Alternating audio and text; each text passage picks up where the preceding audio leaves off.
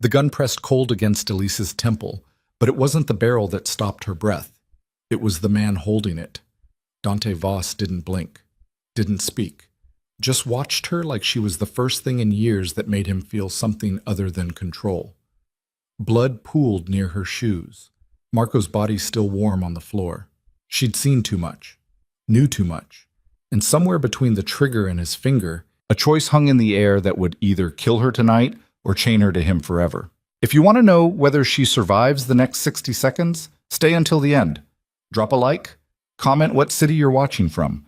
I want to see how far this story travels. The city smelled like grease and exhaust, but Elise Carter had stopped noticing years ago. Chicago's South Side didn't offer much in the way of poetry, just cracked pavement, rust-streaked fire escapes, and the kind of cold that bit through cheap coats in October. She'd grown up here, survived here, and some nights she wasn't sure which one cost more. The Monarch sat on the edge of the financial district like a jewel dropped in mud. All black marble and gold fixtures, the kind of place where a single dinner cost more than Elise made in a month. She hated it, hated the way men in $1,000 suits looked through her like she was furniture, hated the way women with surgically perfect faces whispered behind their hands.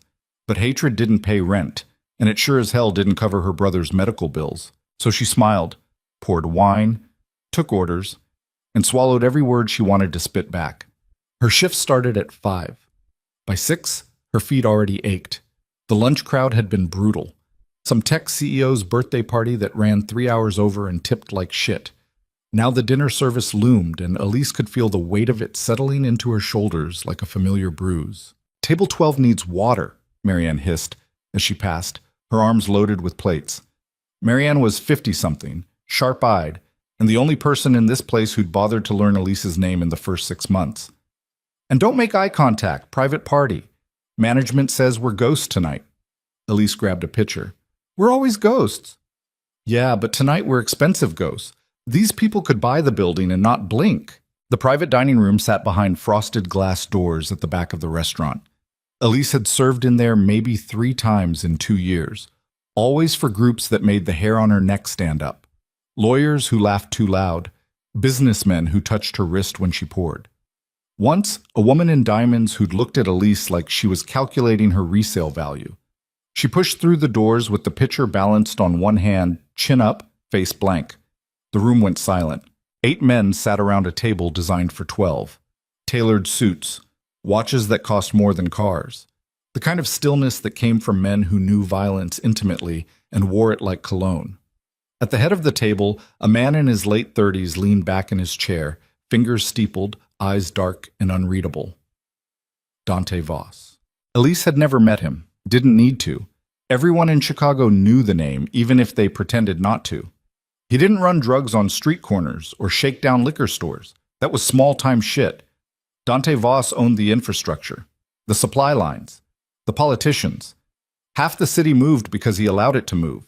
And now he was staring at her like she'd interrupted something sacred.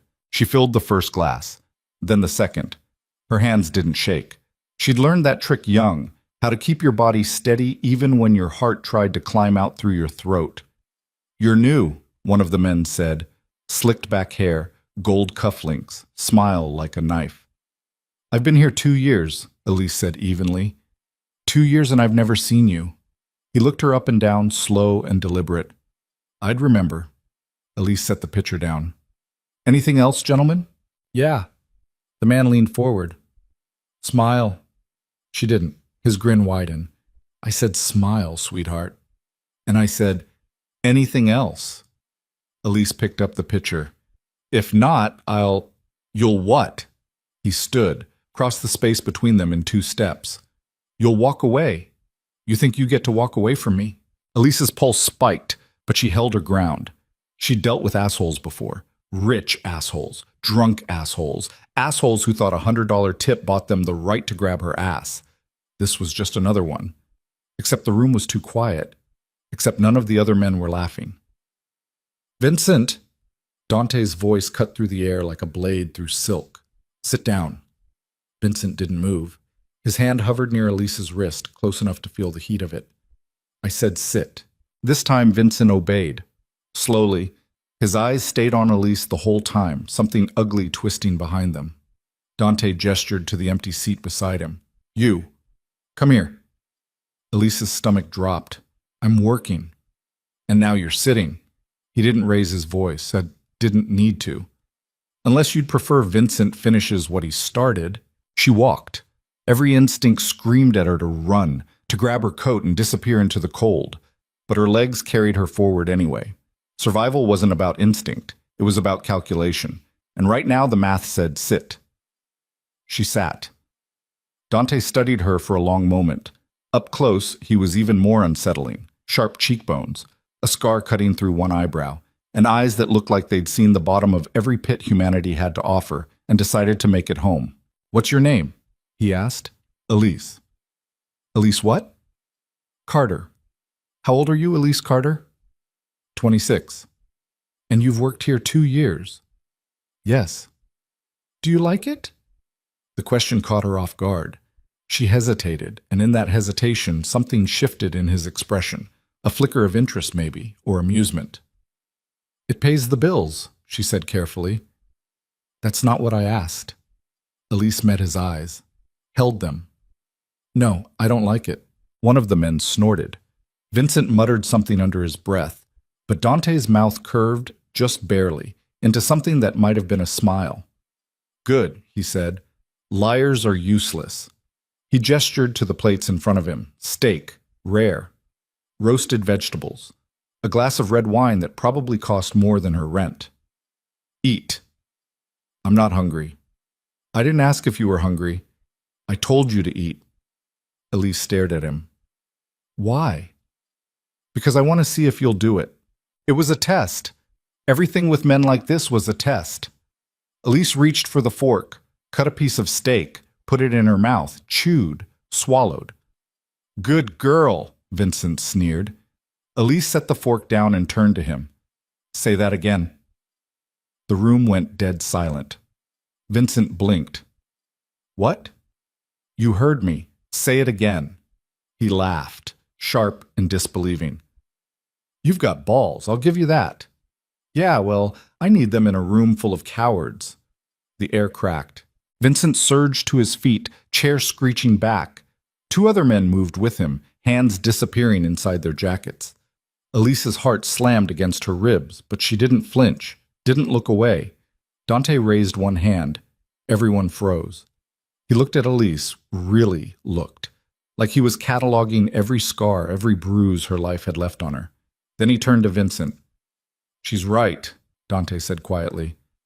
You are a coward. Vincent's face went red. Boss? Shut up. Sit down. If you open your mouth again tonight, I'll put a bullet in it. Vincent sat. Dante stood, buttoning his jacket with slow, deliberate movements. He nodded to Elise. Walk with me. It wasn't a request. Elise followed him out of the private room, through the main dining area where other diners pretended not to notice, and out into the cold October night. The city stretched out before them, lights and noise, and 1,000 lives grinding against each other in the dark. Dante lit a cigarette, offered her one. She shook her head. You should be scared of me, he said after a long silence. I am. Then why did you do that? Elise shoved her hands into her apron pockets. Because I'm tired. Of what? Of men like him thinking they own me. Dante exhaled smoke. Men like him do own you. You just don't want to admit it. Fuck you. He turned to face her, and for a moment she thought she'd gone too far. Thought she'd finally hit the line that would get her killed. But instead he laughed, low and rough, like he'd forgotten how. What's your brother's name? He asked. Elise went cold. What? Your brother, the one with the medical bills. What's his name? Her throat closed. How do you... I know everything about everyone who works in my city. His name. Owen. Her voice came out barely above a whisper. His name is Owen. What's wrong with him? Leukemia. Dante nodded slowly. Flicked ash onto the pavement. How much do you need? I don't...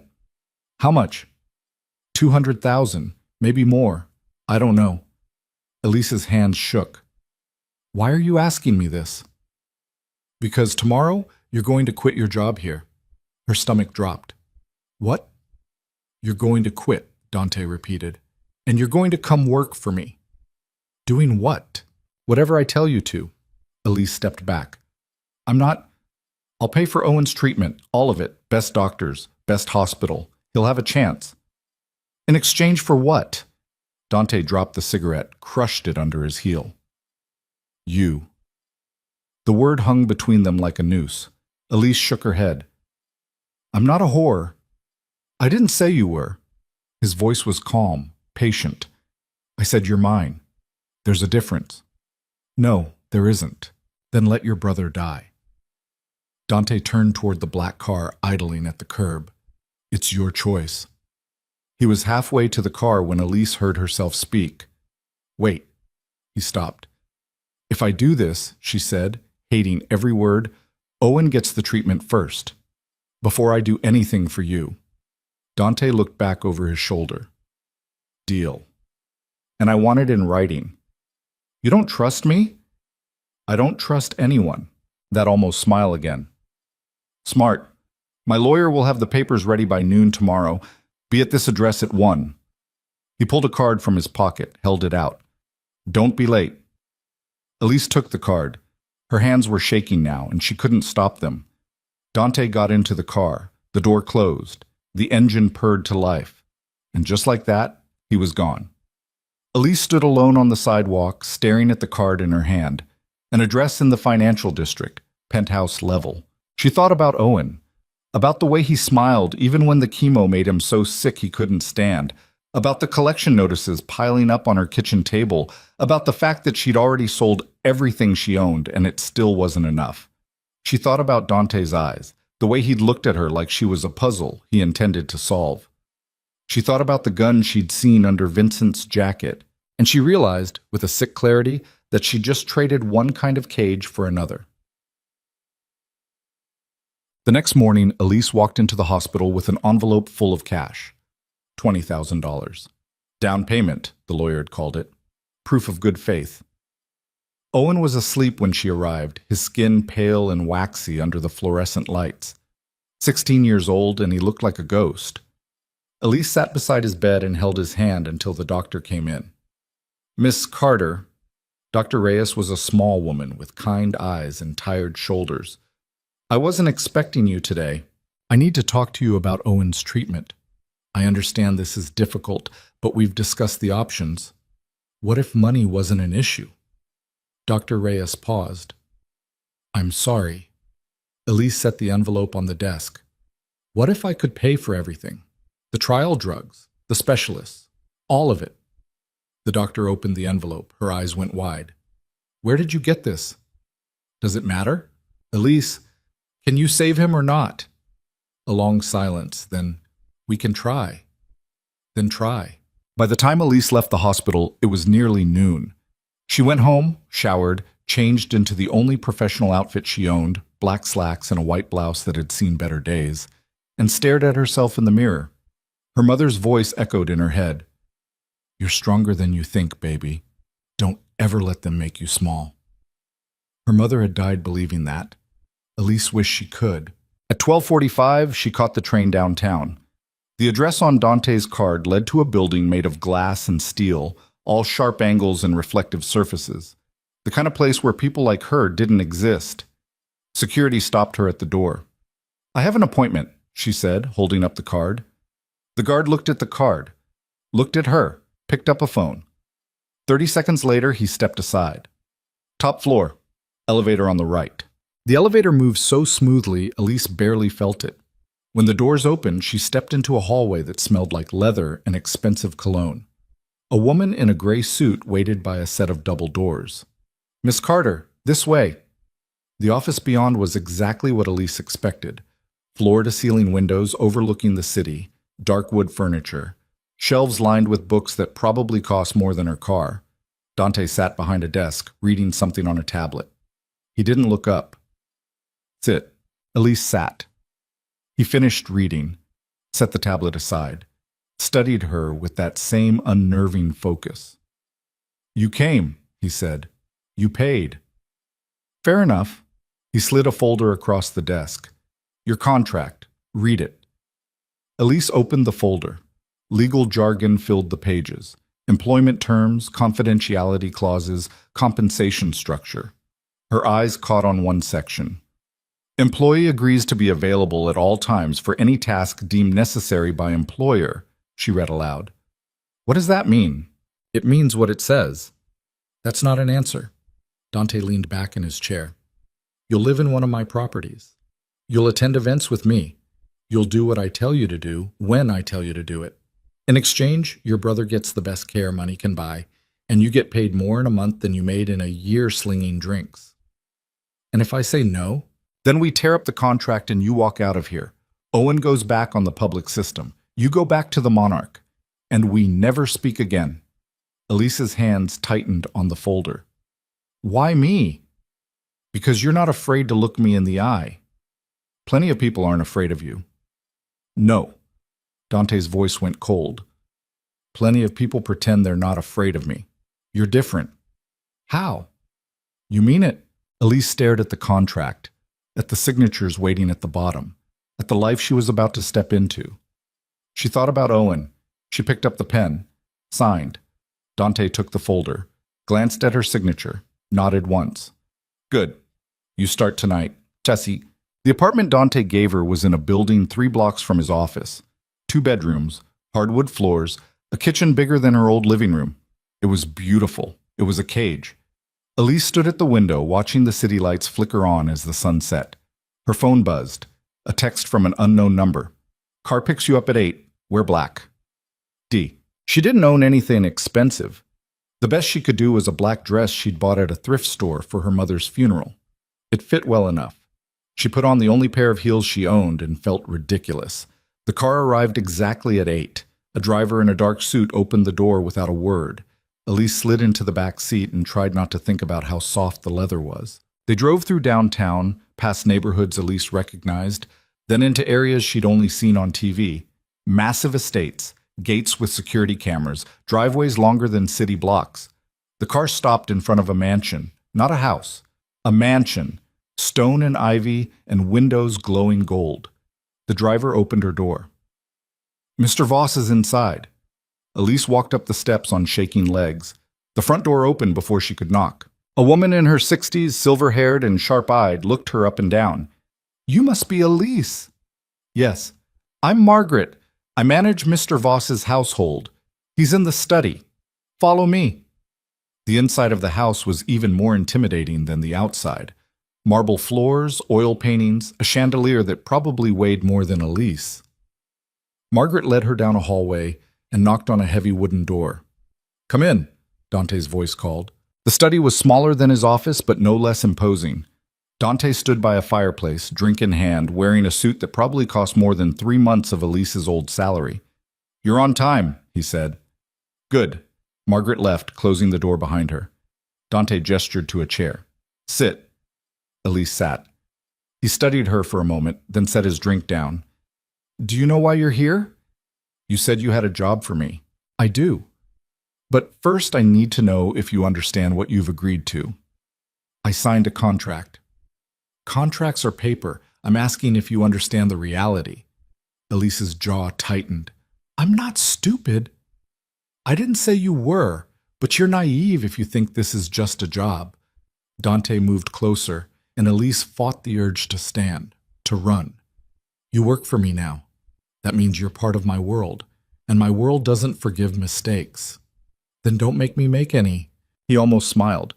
You've got nerve, I'll give you that. Is that why you hired me? For my nerve? I hired you because you're useful. Whether you stay useful depends on how quickly you learn. Learn what? When to speak, when to shut up, when to trust me. He paused. And when to be afraid. Elise stood. I'm not going to be your pet. I never said you were. Then what am I? Dante looked at her for a long time. Insurance. Against what? People I don't trust. Before Elise could respond, the door burst open. Vincent stormed in, face flushed, eyes wild. We've got a problem. Dante's expression didn't change. I'm busy. Marco's dead. The air went cold. Dante turned slowly. What? Shot. 20 minutes ago. We found him in the warehouse on 5th. Who? We don't know, but whoever did it took the shipment. Dante's jaw tightened.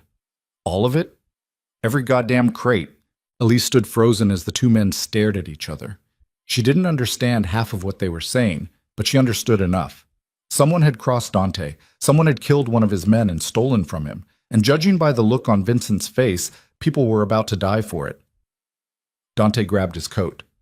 Get the car. Vincent nodded and disappeared. Dante turned to Elise. Stay here. Margaret will take care of you. Where are you going? To fix a problem. What kind of problem? He stopped at the door, looked back. The kind that bleeds. And then he was gone. Elise stood alone in the study, her heart pounding, her mind racing. She'd been in Dante's world for less than 12 hours, and already she could feel it closing around her like a fist. Margaret appeared in the doorway. Come with me, dear. I'll show you to your room. Elise followed in a daze. The room was on the second floor overlooking the gardens. It was bigger than her entire old apartment. A 4-poster bed, a bathroom with a tub the size of a small pool, windows that looked out over the city. Mr. Voss wants you comfortable, Margaret said. If you need anything, just press the button by the bed. When will he be back? When he's finished. Finished with what? Margaret gave her a sad smile. You'll learn not to ask questions like that. She left. Elise locked the door and sat on the edge of the bed, her hands shaking. She pulled out her phone and texted Owen's nurse. How is he? The reply came a minute later. Stable. Starting new treatment tomorrow. Doctor says it's promising. Elise closed her eyes. Promising. That was more than she'd had in months. She thought about Dante's face when Vincent said Marco was dead. Thought about the coldness in his eyes. She thought about the gun she'd seen under Vincent's jacket last night, and she realized, with a clarity that made her stomach turn, that she'd just stepped into a war. Dante came back at 3 a.m. Elise wasn't asleep. Couldn't sleep. She heard the cars pull up, heard voices in the hallway, heard footsteps on the stairs. Then a knock on her door. She opened it. Dante stood there, suit jacket gone, shirt stained with something dark. Blood, maybe. His face was unreadable. Get dressed, he said. Why? Because I need you to do something for me. Now? Yes. Elise grabbed a sweater and followed him downstairs. The house was full of men, hard-faced, armed, moving with the kind of precision that came from military training or something worse. They barely glanced at her as she passed. Dante led her to a black SUV idling in the driveway. Get in. She got in. They drove in silence through empty streets, the city a blur of lights and shadows. Elise didn't ask where they were going, didn't ask what he needed her to do. She was learning. They stopped at a warehouse on the edge of the industrial district, the kind of place where people went to disappear. Dante opened her door. Come with me. Inside the warehouse was cavernous and cold. Metal beams stretched overhead. The floor was concrete stained with oil and rust. And in the center of the room, tied to a chair, was a man Elise had never seen before. He was young, maybe 30, with a split lip and a black eye. Blood dripped from his nose. He looked up as they approached, and Elise saw terror in his eyes. Dante stopped a few feet away. This is Kyle. Kyle works for Victor Hale. The name meant nothing to Elise. Kyle was supposed to deliver a shipment to me tonight. Instead, he delivered it to Victor. And now Marco is dead. Kyle shook his head frantically. I swear, I didn't know. Shut up. Dante's voice was calm, almost gentle. Elise, come here. Elise's legs moved on their own. Dante pulled a gun from his waistband, held it out to her. Shoot him. Her blood went cold. What? I said shoot him. I'm not... You signed a contract. You agreed to do what I tell you to do, so do it. Elise stared at the gun, at Kyle's terrified face, at Dante's empty eyes. No. Silence. Dante tilted his head. No? I won't kill someone for you. Even if it saves your brother.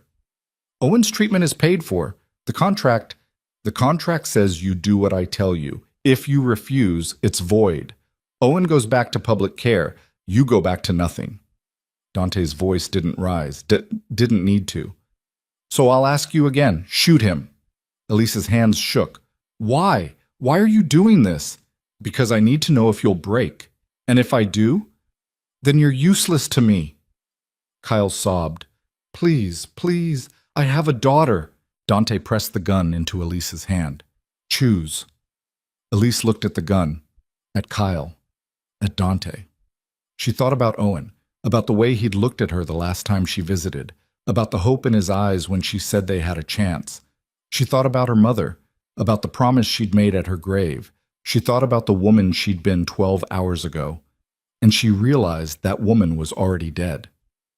Elise raised the gun. Kyle screamed, and somewhere in the distance, a siren wailed. The gun was heavier than Elise expected. Cold metal pressed against her palm, the grip textured and foreign.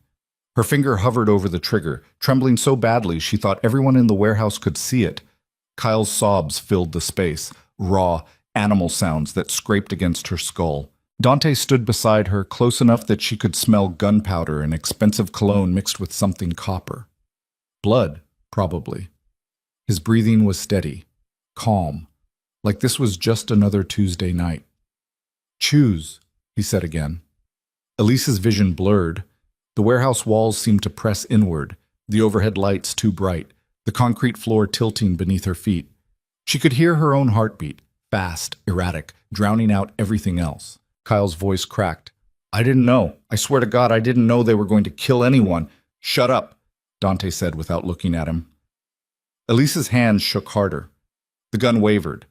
She tried to steady it, tried to remember how she'd seen it done in movies, feet apart, arms straight, breathe.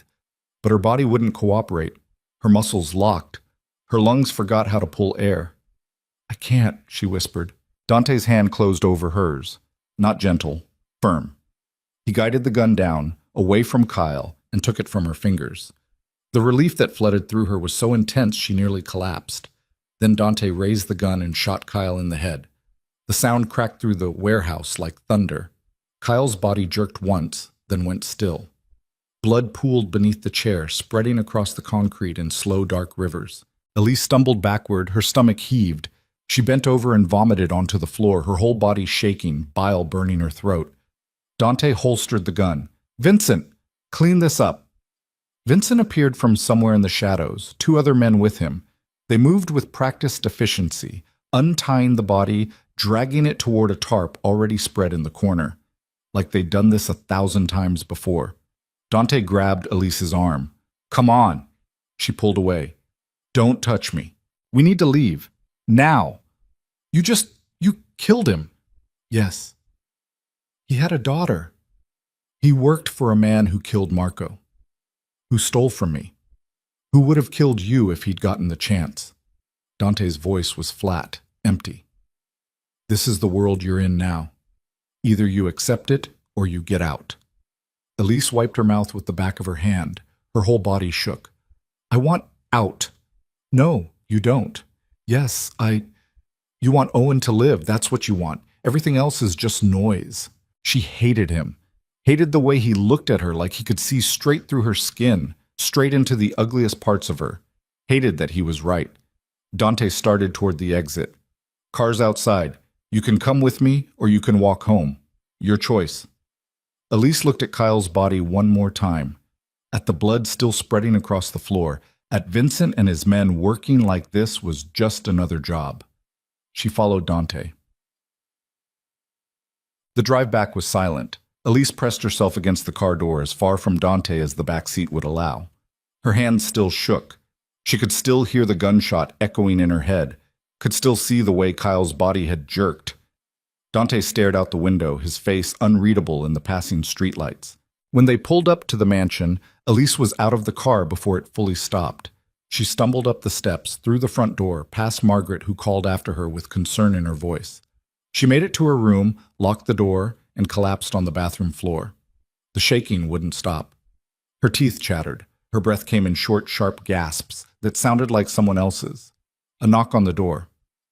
Go away, she managed. It's Margaret, dear. I brought tea. I don't want tea.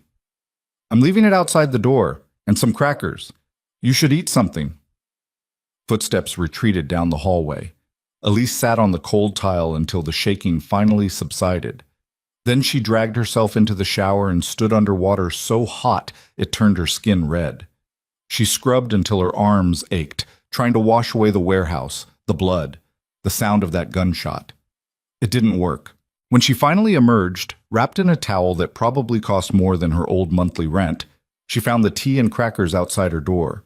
The tea was still warm. She drank it sitting on the bed, staring at nothing. Her phone buzzed. A text from an unknown number. Tomorrow, 10 a.m. My office. Don't be late. D. Elise threw the phone across the room. Des. She didn't sleep, just lay in the dark, watching the ceiling, replaying everything over and over. By the time dawn broke, she'd made a decision. She was going to break the contract. Fuck the money. Fuck Dante. She'd find another way to save Owen. There had to be another way. At 9:30, she got dressed in jeans and a sweater, her own clothes, not anything Dante had provided, and headed downstairs. Margaret was in the kitchen, preparing breakfast. Good morning, dear. Did you sleep well? No. Elise grabbed an apple from the fruit bowl. I need to see Dante. He's expecting you at 10. Now. Margaret studied her for a moment, then nodded. He's in the study. Elise found him exactly where she expected, standing by the fireplace, reading something on his tablet. He looked up when she entered, but didn't speak. I'm done, Elise said. Dante set the tablet down. With what? This. All of it. I want out of the contract. No. I didn't ask. I'm telling you, and I'm telling you no. Dante's voice was calm, patient, like he was explaining something to a child. You signed a contract. You took my money. You don't get to walk away just because you got squeamish. You made me watch you kill someone. I gave you a choice. You chose not to pull the trigger. That was the right choice, by the way. Elise stopped. What? If you'd shot him, I would have known you were weak. Desperate people do desperate things, but they break easy. You refused. That tells me you've got a spine. This is insane. This is reality. Dante moved closer. You think you can go back to your old life? Back to pouring drinks and scraping by? You think Owen's treatment just keeps going if you leave? You said, I said I'd pay for it if you worked for me. You stop working, the money stops. Simple as that. Elise's hands clenched into fists. You're a monster.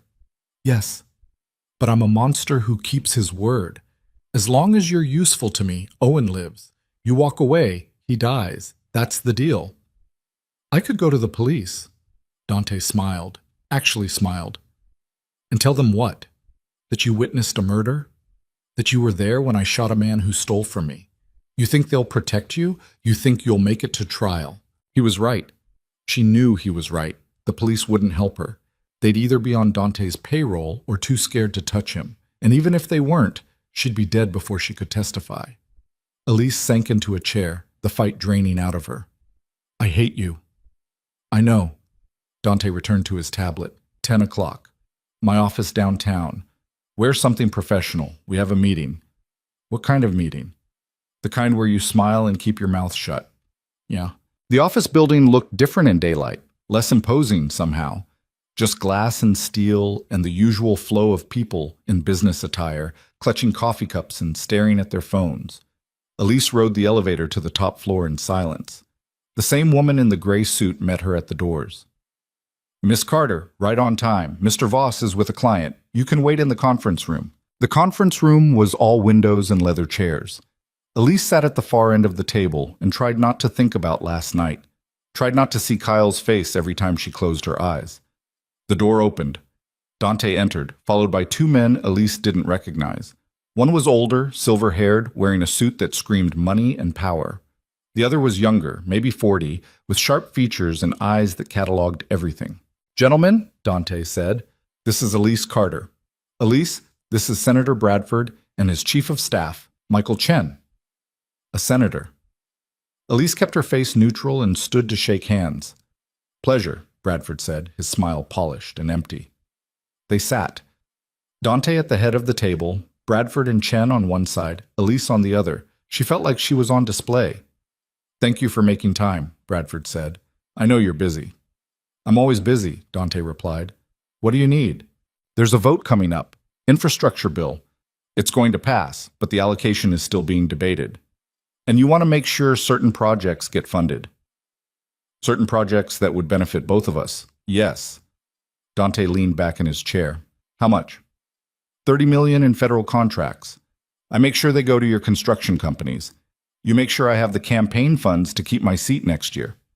"Standard arrangement, with one caveat." Bradford glanced at Chen, who pulled a folder from his briefcase. "There's been some noise lately, journalists asking questions about where my donations come from. I need to clean up my image, distance myself from anything that could be considered controversial." Dante's expression didn't change. "You mean me?" "Publicly, yes. Privately, we continue as we have, but I need plausible deniability, no direct contact, no paper trails." "That's what Elise is for." Elise's stomach dropped. Bradford looked at her with renewed interest. "She'll be our liaison? She'll handle all communication between your office and mine. Anything you need, you go through her. Anything I need, I send her to you. As far as anyone knows, she's just a consultant, an advisor. Nothing connects her to me beyond a professional relationship." "And you trust her?" "Completely." The lie was so smooth, Elise almost believed it herself. Bradford smiled. "Excellent. Michael will set up the first meeting for next week. We'll need to go over the project details, make sure everything's aligned." "Looking forward to it," Elise heard herself say. The meeting wrapped up quickly after that. Handshakes all around. Bradford and Chen left, taking their polished corruption with them. Dante waited until the door closed. "You did well." "I didn't do anything." "Exactly. You kept quiet and let them assume you were on board. That's all I needed." Elise stood. "You're using me to launder your criminal connections through a senator. I'm using you to maintain a business relationship that benefits everyone involved." "That's the same thing." "Maybe, but it's the thing that keeps Owen alive." Dante walked to the window, hands in his pockets. "You think the world runs on honesty and goodwill? It doesn't. It runs on deals like this. Money for access, access for power, power for more money. I didn't invent the system, Elise. I just learned how to work it." "That doesn't make it right." "Right and wrong are luxuries for people who don't have to choose between survival and morality. You made your choice last night when you decided to stay." Elise wanted to argue, wanted to tell him he was wrong, that there was always another way. But the words stuck in her throat because deep down, she knew the truth. She'd already chosen. The moment she signed that contract, the moment she took his money for Owen's treatment. Everything else was just pretending she still had a way out. Over the next 2 weeks, Elise learned the architecture of Dante's empire. It wasn't loud or obvious, no drug corners or violent shakedowns. It was quiet, sophisticated, woven into the fabric of the city so deeply that pulling one thread would unravel everything. Construction companies that won every major contract, logistics firms that controlled shipping routes, real estate developments that displaced neighborhoods and made millions. And beneath it all, money flowing through shell corporations and offshore accounts, washing itself clean before surfacing as legitimate business. Elise became the face of it, the messenger, the go-between. She met with Bradford's chief of staff 3 times, coordinating project timelines and payment schedules. She sat in on conference calls with contractors who knew exactly what they were building, fronts for money laundering, warehouses for illegal goods, and discussed blueprints like they were discussing the weather. She attended dinners where politicians and business leaders pretended Dante was just another entrepreneur, not a man who'd built his fortune on violence and fear. And through it all, she smiled, nodded, played her part. At night, she went back to the mansion and tried not to think about what she'd become. Owen's treatment was working. The doctors were cautiously optimistic. He'd started gaining weight again. His color was better. When Elise visited, he actually smiled. "You look tired," he said one afternoon, hooked up to an IV that dripped poison into his veins to kill the poison in his blood. "I'm fine." "You're a terrible liar." Owen reached for her hand. His skin was warm, alive. "What's going on? You get a new job or something?" "Something like that." "Must pay well. The nurses told me about the new treatment plan, said it's the best available." "Yeah. How'd you afford it?"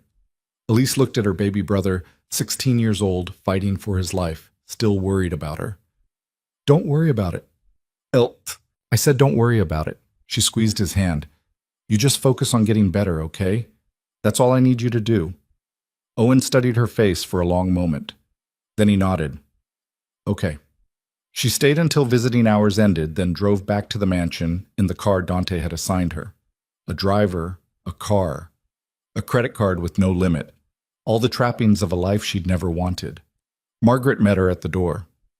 Mr. Voss wants to see you. He's in the study. Of course he did. Dante was on the phone when she entered, speaking in rapid Italian to someone who sounded angry. He held up one finger, wait, and continued the conversation. Elise caught words she recognized. Money, shipment, problem. He hung up and poured himself a drink. Want one? No. How's Owen? Better. Good. Dante took a sip. We have a situation. What kind of situation? The kind that requires your particular skills. Elise's jaw tightened. Which are? Not being me. He set the glass down. Victor Hale is throwing a party tomorrow night. Charity gala. Very public. Very legitimate. I need someone inside. Why? Because Marco's death wasn't random. Victor's been making moves, poaching my distributors, undercutting my prices.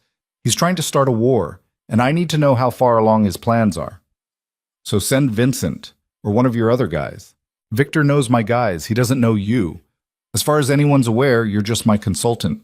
You go to the party, make conversation, keep your ears open. Find out what you can.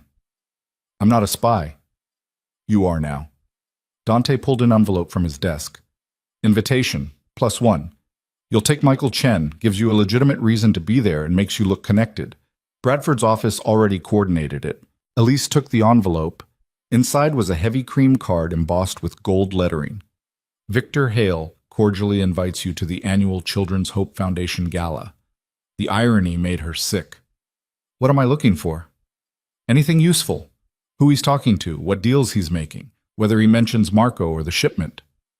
Dante met her eyes. And if you see anything that looks like evidence, documents, flash drives, anything, I need you to get it. You want me to steal from him. I want you to do your job. The gala was held at the Riverside Hotel, a massive gilded hall full of Chicago's elite, pretending they cared about sick children. Elise wore a dress Dante had sent over. Black, elegant, expensive enough to fit in, but not so expensive she'd stand out. Michael Chen picked her up at 7. Nervous? He asked as they walked up the red carpet. Should I be? Victor's not someone to underestimate. He's smart, careful. If he suspects you're working for Dante, things will get complicated. Then I won't give him a reason to suspect. Inside, the hall glittered. Crystal chandeliers, string quartet, waiters in white jackets carrying champagne and hors d'oeuvres. Elise accepted a glass and tried to look like she belonged. Victor Hale stood near the center of the room, surrounded by admirers. He was tall, silver-haired, wearing a suit that probably cost more than most people made in a year. Handsome in the way powerful men often were, not because of his features, but because of the authority he radiated. That's him, Chen murmured. I know. They circulated, made small talk. Chen introduced her to a few people, donors, board members, politicians. Elise smiled and played her part, all while watching Victor. Around 9, she saw her opportunity. Victor stepped away from his group and headed toward a hallway marked private. Elise excused herself and followed at a distance. The hallway led to a series of offices. Victor entered one and closed the door. Elise walked past, casual, like she was looking for the bathroom.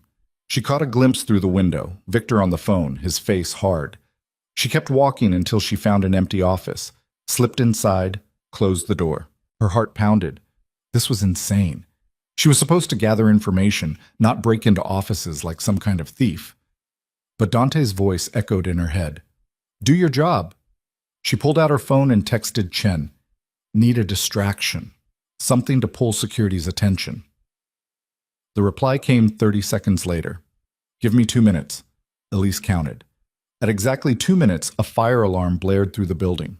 People rushed towards the exits. Voices shouted. Security moved to manage the crowd. Elise slipped out of the empty office and into Victor's. The desk was clean. Too clean. She opened drawers. Nothing. Checked the filing cabinets. Locked. Then she saw it. A briefcase on the side table. Unlocked. Inside were files, contracts, financial statements, and a flash drive. Elise grabbed the drive and shoved it in her purse just as footsteps echoed in the hallway. She was out the door and blending into the evacuation crowd before anyone noticed. Outside, Chen found her. "You good?" "Yeah." Her hands shook. "I'm good." "Let's get out of here." They left before the all-clear sounded. A mess. Dante was waiting when Elise got back to the mansion. He took the flash drive without a word and disappeared into his office. 20 minutes later, he emerged, his face dark. "What's on it?" Elise asked. "Everything." Dante's voice was tight, controlled. "Names, routes, payoffs, Victor's entire trafficking network." "Trafficking what?" "People." The word hit her like a fist. "What?" "Victor runs girls, young ones, brings them in from Eastern Europe, Asia, South America, sells them to buyers across the country." Dante's jaw clenched. "Marco found out about it. That's why Victor had him killed." Elise sat down heavily. "We need to go to the police." "The police can't help. This is human trafficking. They have to, but half the names on this list are cops, judges, federal agents. Victor owns them." Dante looked at her. "If we go to the police, they'll bury it, and then they'll bury us." "So what do? We use it. Victor wants a war, I'll give him one." Before Elise could respond, the door burst open. Vincent stumbled in, blood streaming from his shoulder. Two other men half carried him, both armed, both looking like they'd been through hell. "What happened?" Dante demanded. "Ambush. Victor's guys hit the warehouse on 18th, killed 3 of ours. Burned the whole fucking place." Dante's expression went cold. "How many of them?" 8, maybe 10. They knew we'd be there. Someone talked." "Who?" Vincent's eyes slid to Elise. "Maybe you should ask your new girl." The temperature in the room dropped. Elise stood. "What's that supposed to mean?" "Means you show up and suddenly Victor knows our every move. You go to his party and the next day we get hit. That's a hell of a coincidence." "Vincent!" Dante's voice cut through the tension. "Shut your mouth. Boss, I'm just saying. And I'm telling you to shut up before I put a bullet in your other shoulder." Vincent glared at Elise but said nothing. Dante turned to the other men. "Get him to the doctor. Then sweep the warehouse. Find out how they knew." The men left, Vincent still shooting looks at Elise over his shoulder. When they were alone, Dante poured himself a drink. "Don't take it personally. Vincent doesn't trust anyone. He thinks I'm working for Victor. He's an idiot." "Am I?" Dante looked at her. "Are you working for Victor?" "No." "Then that's the end of it." But it wasn't. Elise could feel it, the way the other men looked at her now. The way Vincent had said your new girl like she was something Dante had picked up and would throw away just as easily. She was an outsider, would always be an outsider. And in Dante's world, outsiders died. Bikok. 3 days later, Elise was running errands, picking up documents from a lawyer's office, dropping off payments to contractors, when she noticed the car. Black sedan, tinted windows. It had been behind her for the last 4 blocks. She turned left. The sedan turned left. She turned right. So did the sedan. Her pulse quickened. She pulled into a parking garage, drove up 3 levels, and parked. Waited. The sedan appeared 30 seconds later. Elise got out and walked toward the stairwell, her phone in her hand. She texted Dante. Being followed. The reply was immediate. "Where?" "Parking garage, State and Madison. Stay where you are. Help's coming." The stairwell door opened behind her. Elise spun. A man stepped out. Tall, scarred, wearing a leather jacket with a serpent tattoo visible on his neck. Victor's man. "Elise Carter," he said. His voice was rough, damaged. "We need to talk." "I don't think so." Elise backed up, looking for an exit. "Wasn't a request." He moved fast, faster than she expected. His hand closed around her arm, and he shoved her against the wall. Pain exploded through her shoulder. "Victor wants his property back," the man said. "The flash drive. You took it. We want it." I don't know what you're talking about. He hit her, open-handed, across the face. Her head snapped sideways, stars bursting behind her eyes. Don't lie to me. We know you were at the gala. We know you went into Victor's office. Give me the drive, and maybe you walk out of here. Elise tasted blood. Go fuck yourself. He hit her again, this time with his fist. She went down hard, her vision swimming. Through the haze, she saw him reach for something inside his jacket. A gun. Then the stairwell door exploded open. Dante came through like a storm, 2 men behind him. Gunfire cracked through the garage, loud, deafening, echoing off concrete. Victor's man dropped. Dante was beside Elise in seconds, pulling her to her feet. Can you walk? She nodded, even though her head spun. Car. Now! They ran. Tsiki. Back at the mansion, Dante's doctor, a quiet man who asked no questions, patched up Elise's face. Split lip, bruised cheek, mild concussion. You'll be sore for a few days, the doctor said. Ice and rest. When he left, Dante sat across from her, his expression unreadable. This is my fault, he said finally. What? I sent you to that party, put you in Victor's crosshairs. Now he knows you're involved. I knew the risks. Did you? Dante leaned forward. Because it's about to get worse. Victor won't stop. He'll come for you again. And next time, I might not get there in time. Elise touched her swollen lip, winced. So what do we do? You move in here. Full time. No more going out alone, no more errands. You stay inside these walls where I can protect you. That's a prison. That's survival. Elise wanted to argue, wanted to tell him she wouldn't live in a cage. But then she remembered the feel of that gun pressing against her skull, the cold certainty in Victor's man's eyes that he would pull the trigger. Okay, she whispered. Dante stood. I'll have your things moved from the apartment. You'll stay in the east wing, more secure. He was halfway to the door when Elise spoke. Dante. He stopped. The flash drive, the trafficking network, we can't just sit on that information. What do you suggest? There has to be someone we can trust, someone who isn't on Victor's payroll. Dante was quiet for a long moment. Then he pulled out his phone and scrolled through something. His face changed, just slightly, but enough that Elise noticed. What is it? She asked. He turned the phone toward her. On the screen was a photo. A young woman, maybe 19 or 20, dark hair, scared eyes. Her name was Celine, Dante said, his voice rough. My sister. Elise's breath caught. Was? Victor took her. 6 years ago. Told me if I interfered with his business, he'd kill her. I've been looking for her ever since. He stared at the photo like he could will it to life. The flash drive has a list of locations, drop houses, holding facilities. If Celine's still alive, she's in one of them. The pieces clicked into place. This wasn't just about business. Wasn't just about territory or money. This was personal. We find her, Elise said. Dante looked at her. This isn't your fight. You made it my fight when you pulled me into this world. She stood, ignoring the way her head throbbed. If there's a chance to save her, to save any of them, we have to try. For the first time since she'd met him, Dante looked almost human, vulnerable, like the mask had slipped just enough to show the man underneath. Okay, he said, but we do this my way. We go in smart, careful, no heroes. No heroes, Elise agreed. Dante started for the door again, then paused. Elise, yeah? Thank you. He left before she could respond. Elise sat alone in the room, her face aching, her mind racing. She thought about Celine, about all the other girls trapped in Victor's network, about the choice she'd made weeks ago that had led her here. She'd signed on to save her brother. Now she was going to save Dante's sister, and somewhere in the space between those two things, she'd stopped being a victim and started being something else. She just wasn't sure what yet.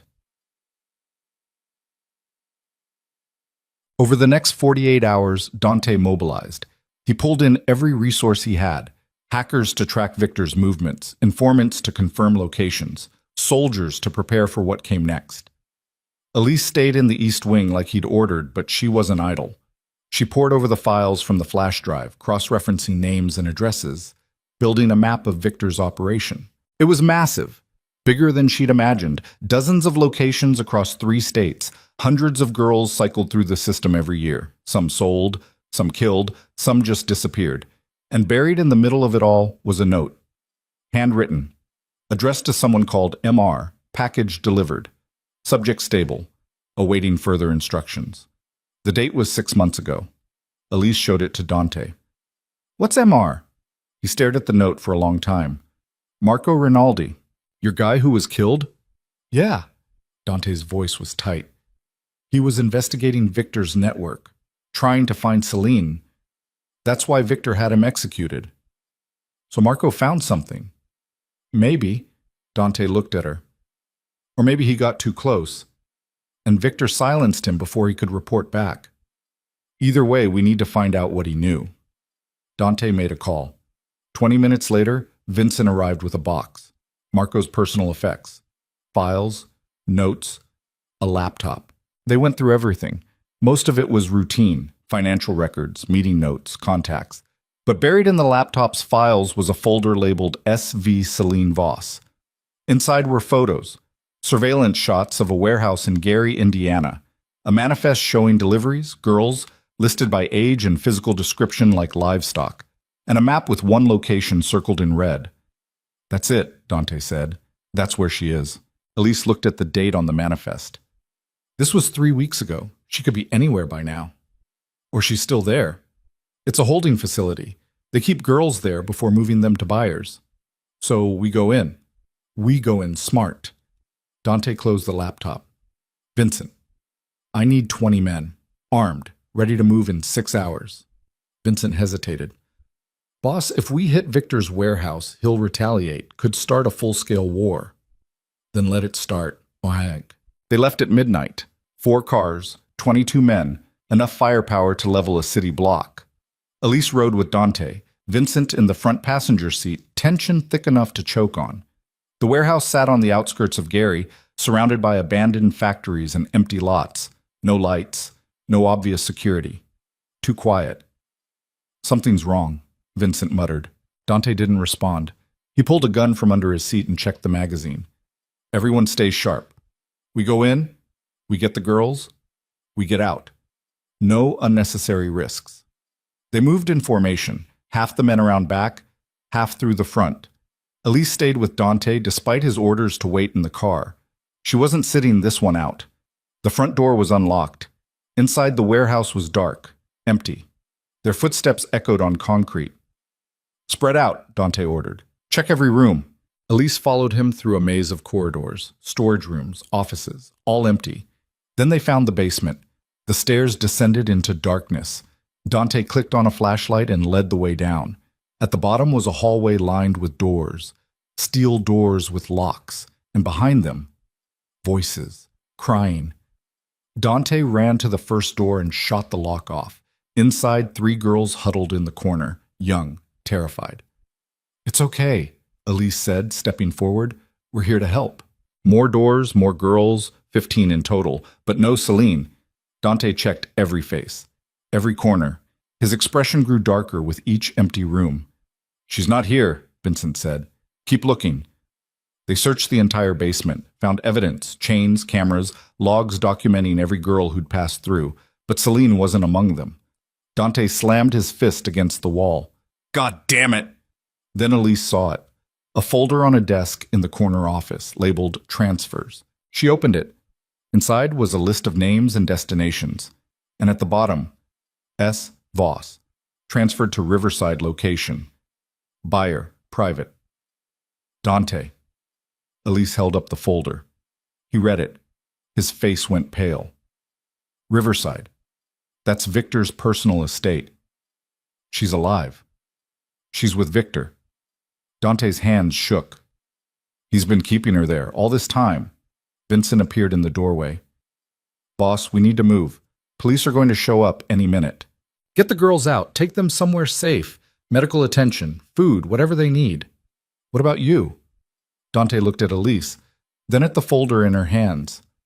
"I'm going to get my sister back." Boik. The plan was suicide. Everyone said so. Victor's estate was a fortress. Walls, guards, cameras, the works. Going in would be a death sentence.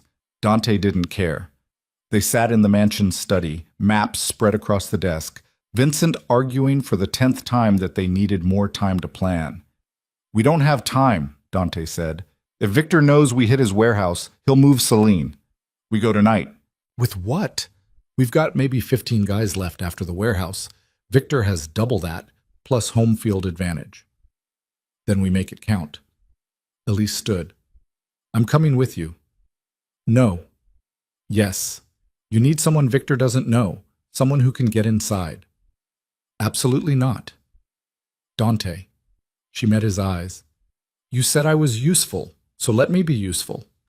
The room fell silent. Finally, Dante nodded. "Fine, but you do exactly what I say. No improvising." "Deal." They spent the next 3 hours preparing. Weapons, routes, backup plans. At 3 a.m., they left for Riverside. The estate sat on 20 acres of lakefront property, high walls, iron gates, guards visible even from a distance. "Front gate's suicide," Vincent said. "We need another way in." Elise pulled up a satellite image on her phone. "Service entrance, east side, less security." "How do you know?" "I did my homework." Dante almost smiled. "Good. Vincent, take half the men through the service entrance. I'll take the rest through the north wall. Elise comes with me." They split up. Elise climbed the north wall behind Dante, her heart pounding so hard she thought it might break through her ribs. On the other side, the estate sprawled. Gardens, fountains, a massive house lit up like a palace. They moved through the shadows, avoiding patrols, heading for the main house. That's when the lights came on. Floodlights. Everywhere. Blinding. And from the house, Victor's voice echoed through speakers. "Dante Voss, I've been expecting you." Gunfire erupted. Elise hit the ground, bullets tearing through the air above her. Dante pulled her behind a fountain as his men returned fire. "It's a trap," Vincent's voice crackled over the radio. "They were waiting for us." "Fall back," Dante ordered. But before they could move, the main doors of the house opened, and Victor walked out. He wasn't alone. Beside him, held at gunpoint by a man twice her size, was a young woman with dark hair and terrified eyes. "Celine." "Let's make a deal," Victor called. "The flash drive for your sister." Dante froze. Elise looked at him, saw the calculation behind his eyes, saw the choice tearing him apart, and she realized with absolute certainty that whatever happened next would change everything. "Don't do it," she whispered, but Dante was already standing. "I have the drive," he shouted. "Let her go first." Victor smiled. "I don't think so." Then everything exploded into chaos, gunfire, screaming, blood and smoke, and the gunfire started before Dante finished his sentence. Muzzle flashes lit up the night like lightning, crack after crack splitting the air. Elise pressed herself against the fountain as chunks of marble exploded above her head, dust and debris raining down. Her ears rang, her lungs burned. Every instinct screamed, "Run!" but her legs wouldn't move. Dante fired back, his face a mask of controlled fury. Around them, his men scattered, some taking cover behind statues and hedges, others dropping where they stood. Blood pooled on the pristine white gravel. Victor's guards advanced from the house, a wall of firepower cutting them down systematically. "We need to move!" Vincent's voice crackled through the radio, barely audible over the chaos. "Now!" Dante grabbed Elise's arm and hauled her to her feet. "Stay behind me!" They ran, low and fast, zigzagging between cover. A bullet whipped past Elise's head so close she felt the heat of it. Another took out the man running beside her. She heard the impact, the wet sound of it. Then he was down and they kept moving because stopping meant dying. They made it to the gardens, dense hedges providing temporary cover. Dante pressed his back against a marble fountain, checking his magazine. 6 rounds left. His jaw was tight, a muscle jumping in his cheek. "Where's Celine?" Elise gasped. Victor pulled her inside like... Dante's voice was hoarse, raw. "Soon as the shooting started." "So what do we do?" Before he could answer, Vincent appeared through the hedge, blood streaming from a cut above his eye. 3 men followed him, all that was left of the team that had come through the service entrance. "Northside's gone," Vincent panted. "They had shooters on the roof. We're cut off." Dante looked back toward the house. Windows glowed gold. Inside somewhere, his sister was being held at gunpoint. Outside, his men were dying. The math was simple, brutal. Fall back, Dante said. Everyone out, now. What about Celine? Elise demanded. We can't get to her, not like this. So we just leave her? Dante's eyes were cold, empty. We leave or we die. Those are the options. Vincent was already moving, pulling his men back toward the north wall. Elise looked at Dante, really looked, saw something breaking behind his eyes, something fracturing under the weight of impossible choices. I'm sorry, she whispered. He didn't respond, just grabbed her hand and ran. They made it over the wall as Victor's men flooded the gardens. Gunfire chased them into the trees beyond, bullets tearing through branches. Someone screamed. One of Dante's men hit. They didn't stop. Couldn't stop. The cars were where they'd left them, hidden in the woods half a mile from the estate. 6 men piled into 2 vehicles. Out of 22. Dante drove in silence, his knuckles white on the steering wheel. Blood spattered his shirt. His face. Not all of it his. Elise sat in the passenger seat, shaking so hard her teeth chattered. She'd never been in a firefight before. Never seen men die that close. Never smelled gunpowder and blood mixed with cut grass and expensive cologne. Her hands were sticky. She looked down and realized it was blood. Not hers. Someone else's. She didn't know whose. The drive back to Chicago felt like hours. No one spoke. The radio silence was worse than screaming. They didn't go to the mansion. Too exposed. Instead, Dante directed them to a building in the warehouse district, one of his properties, reinforced, with security that made Fort Knox look casual. Inside was sparse. Concrete floors, metal doors. The kind of place designed for one thing, surviving a siege. Vincent collapsed into a chair, his head in his hands. The other men scattered to check wounds, reload weapons, try to process what had just happened. Dante walked to the window overlooking the river. Stood there. Didn't move. Elise approached slowly. Dante. Don't. We'll find another way. There is no other way. His voice was flat. Dead. Victor has her. He knows I want her back. That makes her leverage. He'll use her to destroy me piece by piece until there's nothing left. Then we destroy him first. Dante turned. The look on his face made Elise take a step back. With what? He asked quietly. I just lost 16 men. Victor knows we have the flash drive, which means he's already moving his operation. Burning evidence, killing witnesses. By tomorrow, everything on that drive will be worthless. We still have the girls from the warehouse. They can testify. Testify to who? The cops Victor owns, the judges on his payroll? Dante's laugh was bitter, broken. You still don't understand. There's no winning this. Not anymore. So that's it? You give up? I'm being realistic. You're being a coward. The words hung in the air like a grenade. Vincent's head snapped up. The other men went still. Dante crossed the space between them in 2 strides, grabbed Elise by the throat and slammed her against the wall. Not hard enough to hurt, just hard enough to make his point. Say that again, he whispered. Elise met his eyes, didn't flinch. You're being a coward. For a moment she thought he'd kill her.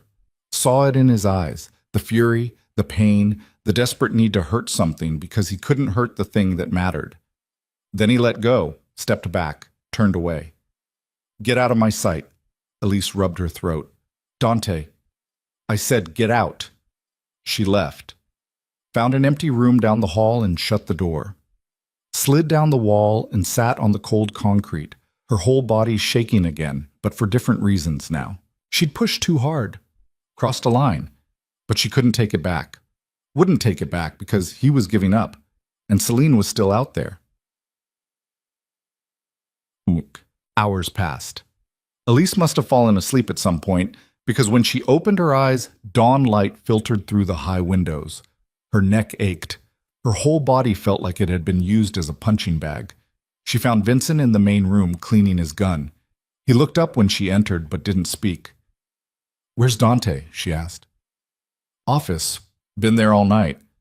Elise walked down this hall and found the office door half open. Inside, Dante sat at a desk covered in papers, maps, financial records, the contents of the flash drive printed out. He looked like he hadn't slept. Probably hadn't.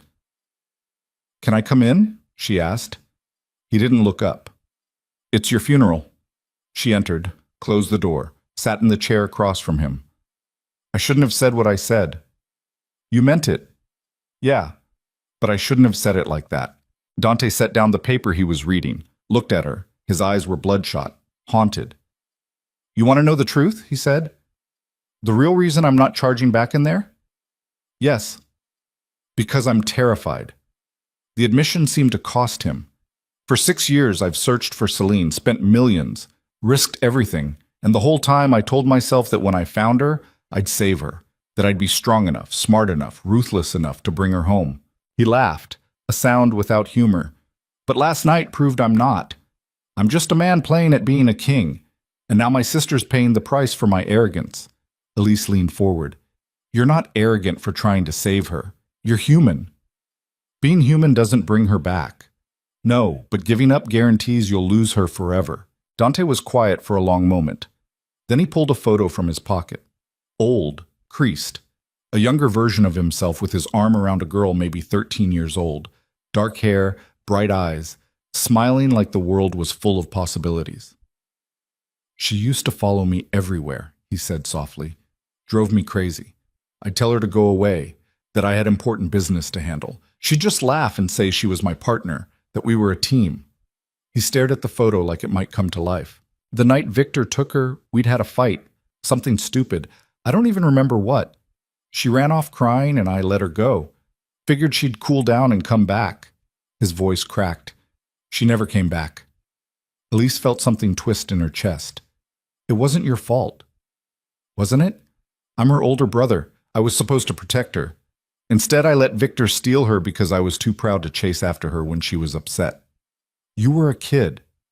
I was old enough to know better. Elise reached across the desk. Took the photo. Studied the girl's face. She looks like you, she said. Yeah. Stubborn, fierce, like she wouldn't give up even if the world tried to break her. Dante looked up. If she's anything like you, Elise continued, then she's survived this long for a reason. She's waiting for you. And if you give up now, you prove Victor right, that you're not strong enough to save her. The words settled between them. Dante took the photo back, stared at it for another long moment, then he stood. Vincent! The door opened. Vincent stepped in. Get everyone together, Dante said. We're going back. Vincent's eyes widened. Boss, we don't have the numbers. Then we get creative. Dante turned to Elise. You said Victor's operation is on that flash drive, every location, every route, every name. Yeah, then we don't go after Victor directly. We go after everything he cares about, burn his operation to the ground, force him to come to us. Vincent shook his head. That'll take weeks. We don't have weeks. Then we do it in days. Dante's voice was hard, certain. I want targets identified by noon, teams ready to move by tonight. We hit him everywhere at once, warehouses, front companies, distribution centers, all of it. And Celine? Victor needs the flash drive. He knows we have it. We make enough noise, cause enough damage, he'll have no choice but to negotiate. Elise stood. What do you need me to do? Dante looked at her. Something shifted in his expression. Respect, maybe, or recognition. Help me plan. You've got a good head for details. We need to hit the right targets in the right order to cause maximum damage without getting ourselves killed. Done. By noon, they had a list. 12 locations across Chicago and Gary. Warehouses, front companies, safe houses, each one tied to Victor's trafficking network. Dante divided his remaining men into teams, 4 men per target. Hit fast. Hit hard. Get out before police or Victor's reinforcements arrived. We're not trying to hold territory, he explained. We're sending a message. Victor wants a war? This is what war looks like. Vincent looked skeptical but didn't argue. They spent the afternoon gathering supplies, weapons, explosives, fuel. By the time the sun set, they were ready. Dante pulled Elise aside before they left. You're staying here. Like hell. This isn't up for debate. You're not trained for this. I was at the warehouse. I was at the estate. And you got lucky. This is different. These are coordinated strikes on hardened targets. You go in without training, you die. Simple as that. Elise wanted to argue, but she saw the logic, saw the concern beneath his stubbornness. "Fine," she said, "but you better come back." "That's the plan." He turned to leave. She grabbed his arm. "Dante, be careful." He almost smiled. "Careful's not really my style." Then he was gone. Elise waited in the warehouse, pacing, checking her phone every 30 seconds. Vincent had left her a radio so she could monitor communications, but the chatter was sparse. Coded phrases, terse confirmations. Target 1 down. Target 3 in progress. Target 5 clear. Each update meant another piece of Victor's empire burning. Elise imagined warehouses going up in flames, front companies being raided, safe houses emptied and torched. It was working. Then the radio crackled. Dante's voice, tense. "We've got a problem." Elise grabbed the radio. "What kind of problem?" "Target 7 was supposed to be a distribution center. It's not. It's residential. Families, kids." Her stomach dropped. "Get out of there." "Already leaving, but someone set us up. This address came from the flash drive, and the flash drive came from Victor's office. Maybe it was a mistake. Or maybe it was bait." Dante's voice was grim. "Vincent, pull everyone back. Now." But it was too late. Elise heard it through the radio, sirens. Lots of them. Then shouting, gunfire. "They were waiting for us," Vincent's voice, crackling with static. "It's a setup. They knew we'd—" The radio went dead. Elise's hands shook.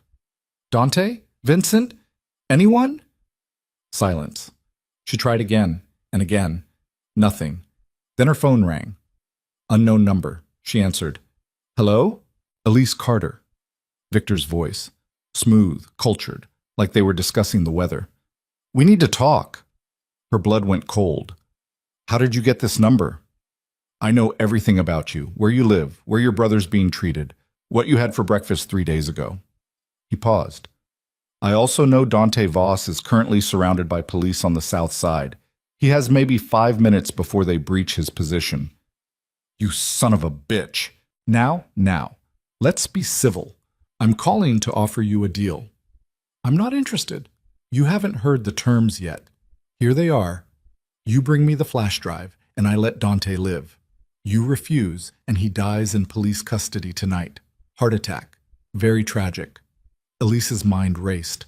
"How do I know you'll keep your word?" "You don't. But consider the alternative. Dante dies, his organization collapses, and you go back to pouring drinks at the Monarch. Assuming you survive the week, of course. And Celine? That depends on how cooperative you are." Elise closed her eyes, felt the walls closing in. "Where do you want to meet?" "Riverside Hotel, penthouse suite. 1 hour. Come alone. Bring the drive." "And if I don't?" "Then I put a bullet in Celine's head and mail her to Dante piece by piece." The line went dead. Elise stood frozen, the phone still pressed to her ear. Her mind spun through options, scenarios, ways out. None of them good. If she went to Victor, she was dead. He'd take the drive and kill her. If she didn't go, Dante was dead. Celine was dead. Everything they'd fought for was finished. She looked around the warehouse, at the maps on the walls, the weapons on the table, the evidence of a war they were losing. Then she made her choice. She grabbed the flash drive from Dante's desk, checked the gun he'd left her, loaded, safety on, tucked it into the back of her jeans, and walked out into the night. The Riverside Hotel looked the same as it had during the gala. Same gold fixtures, same marble floors, same pretense of elegance hiding rot underneath. Elise took the elevator to the penthouse, her heart hammering against her ribs, the gun pressed cold against her spine. The flash drive felt like it weighed 1,000 pounds in her pocket. The elevator doors opened. Victor stood in the center of the suite, wearing a suit that probably cost more than Owen's first round of treatment. 2 men flanked him, armed, professional, eyes tracking Elise's every movement, and in the corner, tied to a chair, was Celine. She looked worse than her photo, thin, bruised, her hair matted and dirty, but alive. Her eyes met Elise's, dark and terrified, and still fighting. "Miss Carter?" Victor smiled. "Thank you for being punctual." Elise pulled out the flash drive, held it up. "Here's your leverage. Let them go." "Them?" "Dante and Celine, that was the deal. I don't recall promising Celine's release. I said her fate depended on your cooperation. She stays with me. Insurance, in case Dante gets any more bright ideas. Elise's hand moved toward the gun at her back. Both of Victor's men drew faster. She froze. I wouldn't, Victor said mildly. My men are excellent shots. You'd be dead before you cleared leather, as they say. Elise raised her hand slowly. What do you want? The drive. Obviously. She tossed it to him. He caught it, examined it, then handed it to one of his men. Verify it. The man pulled out a laptop and plugged in the drive. 30 seconds later, he nodded. Excellent. Victor pocketed the drive. Now, about Dante. You said you'd let him live, and I will. He's already been released. The police received an anonymous tip about a gas leak in the building. Very heroic of them to evacuate everyone before it exploded. Elise's stomach twisted. What did you do? Saved his life. Exactly as promised. Of course, he lost 5 more men in the confusion, but that's hardly my fault. You bastard! I'm a businessman. I eliminate threats efficiently. Victor moved closer. Which brings us to you. What about me?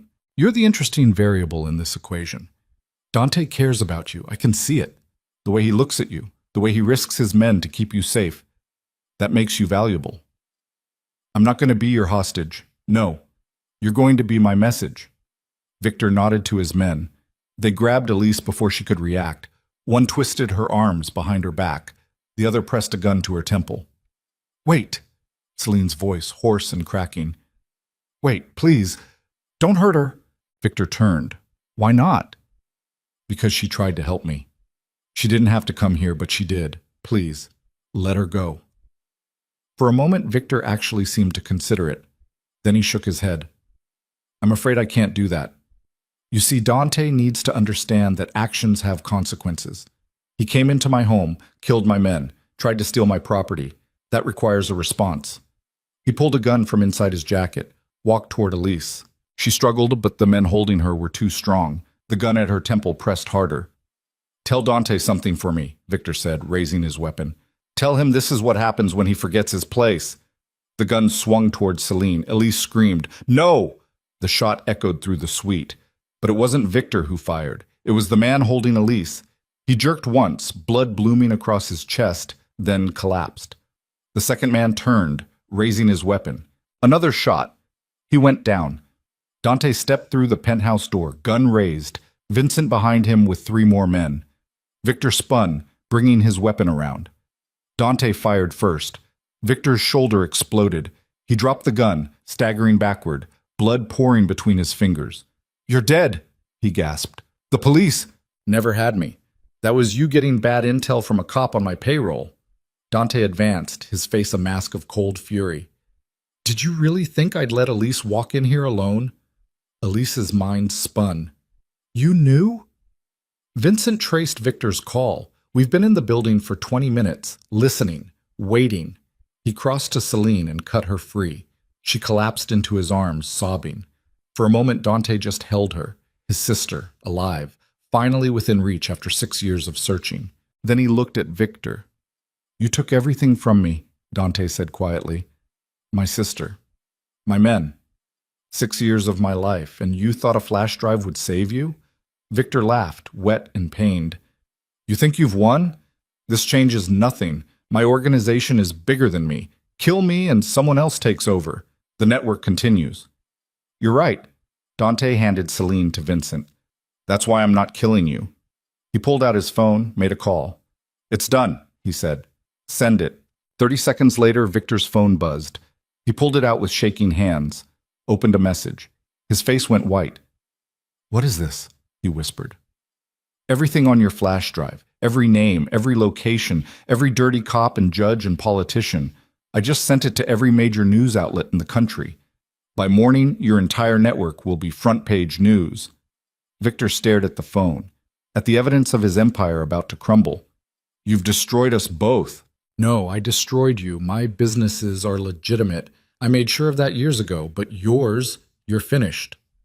Sirens wailed in the distance, getting closer. Real police this time, Dante said. The FBI, actually. Anonymous tip about a human trafficking ring operating out of the Riverside Hotel penthouse. Funny thing about anonymous tips, when they come with evidence, people pay attention. Victor tried to stand. His legs gave out. He slumped against the wall, blood pooling beneath him.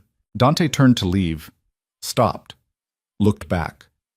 "I hope it was worth it," he said. "All those girls, all that money. Because where you're going, none of it matters."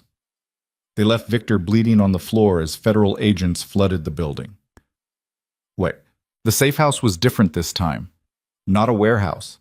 An actual house on the outskirts of the city. Quiet. Secluded. The kind of place where you could catch your breath and remember what normal felt like. Celine sat wrapped in blankets on the couch, eating soup Margaret had made. She'd showered, changed into clean clothes, but the hollow look in her eyes said the damage went deeper than anything soap could wash away. Dante sat beside her, not speaking, just present. His hand rested on her shoulder like he was afraid she might disappear if he let go. Elise watched from the kitchen doorway, felt like an intruder on something sacred. Vincent appeared beside her. "We got confirmation. FBI took Victor into custody. Critical condition but stable. They're already rolling up his network." "The girls from the warehouse?" "Safe. Being processed through proper channels now. Counseling, medical care, immigration assistance for the ones who need it." Elise nodded. It was over. They'd won. So why did it feel like they'd lost everything? "You okay?" Vincent asked. "I don't know." "Yeah, me neither." He walked away, leaving Elise alone with her thoughts. Dante stood and crossed to her. He looked exhausted, older somehow, like the last few days had aged him years. "Thank you," he said simply. "For what?" "For not giving up. For pushing me when I wanted to quit. For walking into Victor's trap knowing you might not walk out. I didn't do it for you." "I know, you did it for Celine, for those girls." He paused. "That makes it mean more." Elise looked past him at Celine. "What happens now?" "She needs help, real help, therapy, time, space to heal." Dante's voice was rough. "I can give her all of that, but I can't give her back the 6 years she lost." "No, but you can give her the rest of her life." He nodded, turned to leave. "Dante." He stopped. "Owen's treatment, the contract. What happens to that now?" Dante pulled an envelope from his pocket, handed it to her.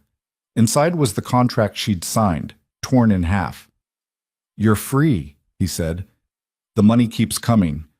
Owen gets his treatment, but you don't owe me anything, not anymore." Elise stared at the torn paper. "Why?" "Buy it all because you were never really mine. You just convinced yourself you were because it was easier than admitting you chose to stay." The words hit harder than any bullet. "Go home, Elise. See your brother. Live your life. You earned it." He walked away before she could respond. "What?" Elise left that night, took her things, which weren't much, and caught a cab back to her old apartment. The building looked exactly the same. Somehow that felt wrong, like the world should look different after everything that had happened. She climbed the stairs to the 3rd floor and stopped outside her door. Someone was inside. She could hear movement, footsteps. Elise's hand moved to her pocket, but she'd left the gun at the safe house. She was unarmed, vulnerable. The door opened. A man stepped out, tall, sharp features, wearing a suit that screamed federal agent. "Miss Carter," he flashed a badge. "FBI, Special Agent Morrison. We need to talk." Her stomach dropped. "About what?" "About Dante Voss. About Victor Hale. About your involvement in everything that happened over the last month." He gestured inside. "May we?" 3 more agents sat in her living room. They'd made themselves comfortable. One was photographing her bookshelf. Another was going through her mail. "You have a warrant?" Elise asked. "We don't need one. You're not under arrest. Yet." Morrison sat in her chair. "But you are a person of interest in an ongoing investigation. We'd like your cooperation." "I don't know what you're talking about." "Don't you?" Morrison pulled out a tablet, showed her photos. Elise at the Monarch. Elise entering Dante's office building. Elise at the gala. And one more. Elise in the penthouse suite at the Riverside Hotel, standing over Victor Hale's bleeding body. "You've been busy," Morrison said, "working for a known criminal, attending events where illegal deals were brokered, breaking and entering, assault. We could make a very compelling case for conspiracy. Elise's mouth went dry. I want a lawyer. Of course. But before you call one, consider this. We don't actually care about you. You're small time. What we want is Dante Voss. He didn't do anything wrong.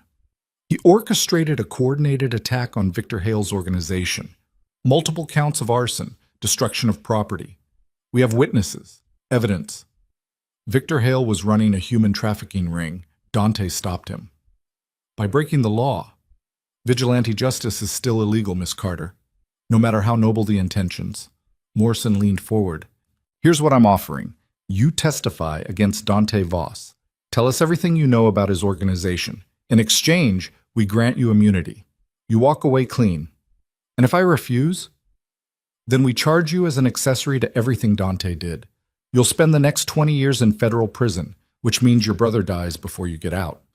The words landed like a punch. Morrison stood.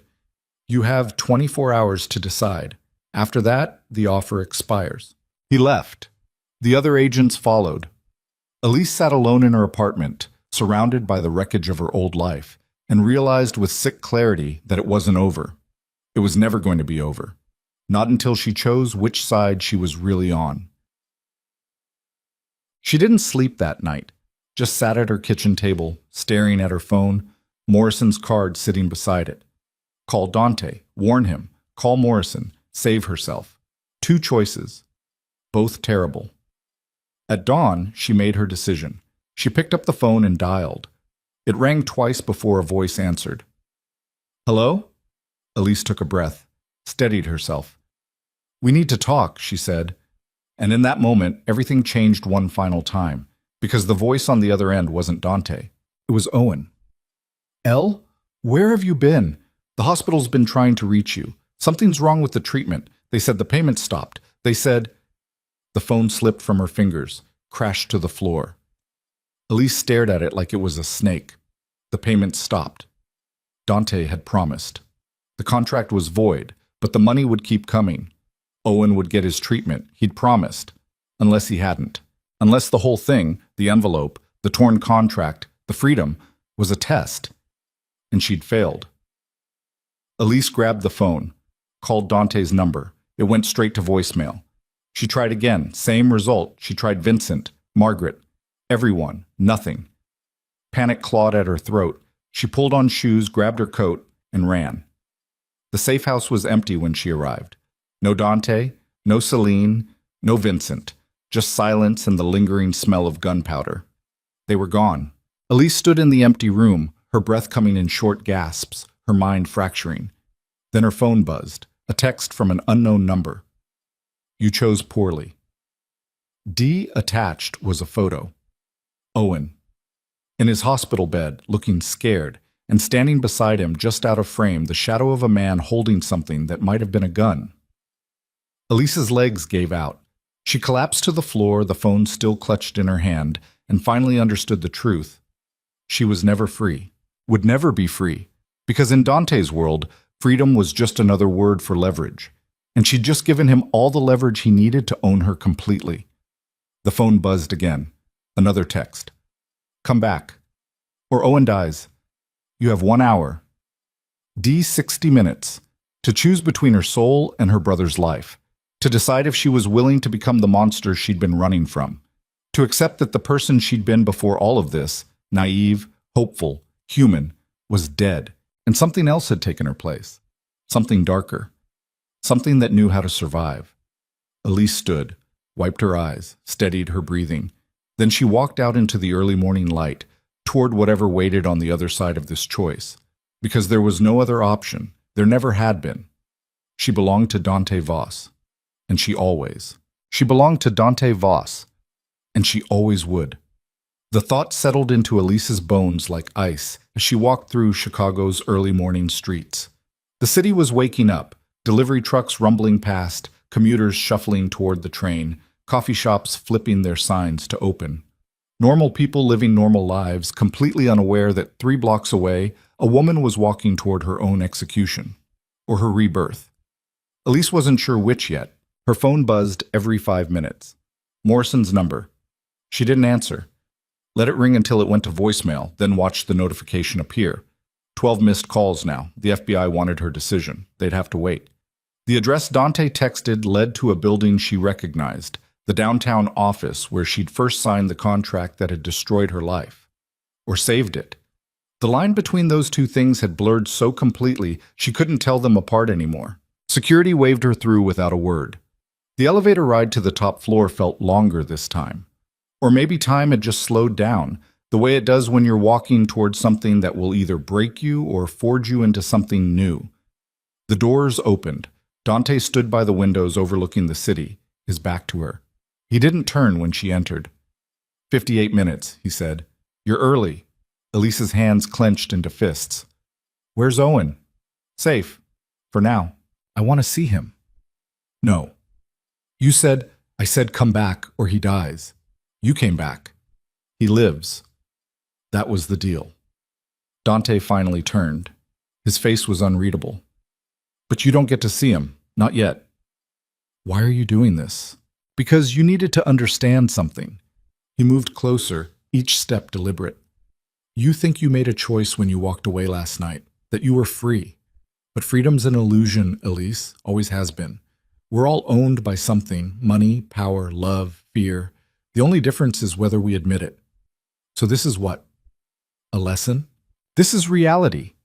Dante stopped 3 feet away, close enough to see the shadows under his eyes, the tension in his jaw.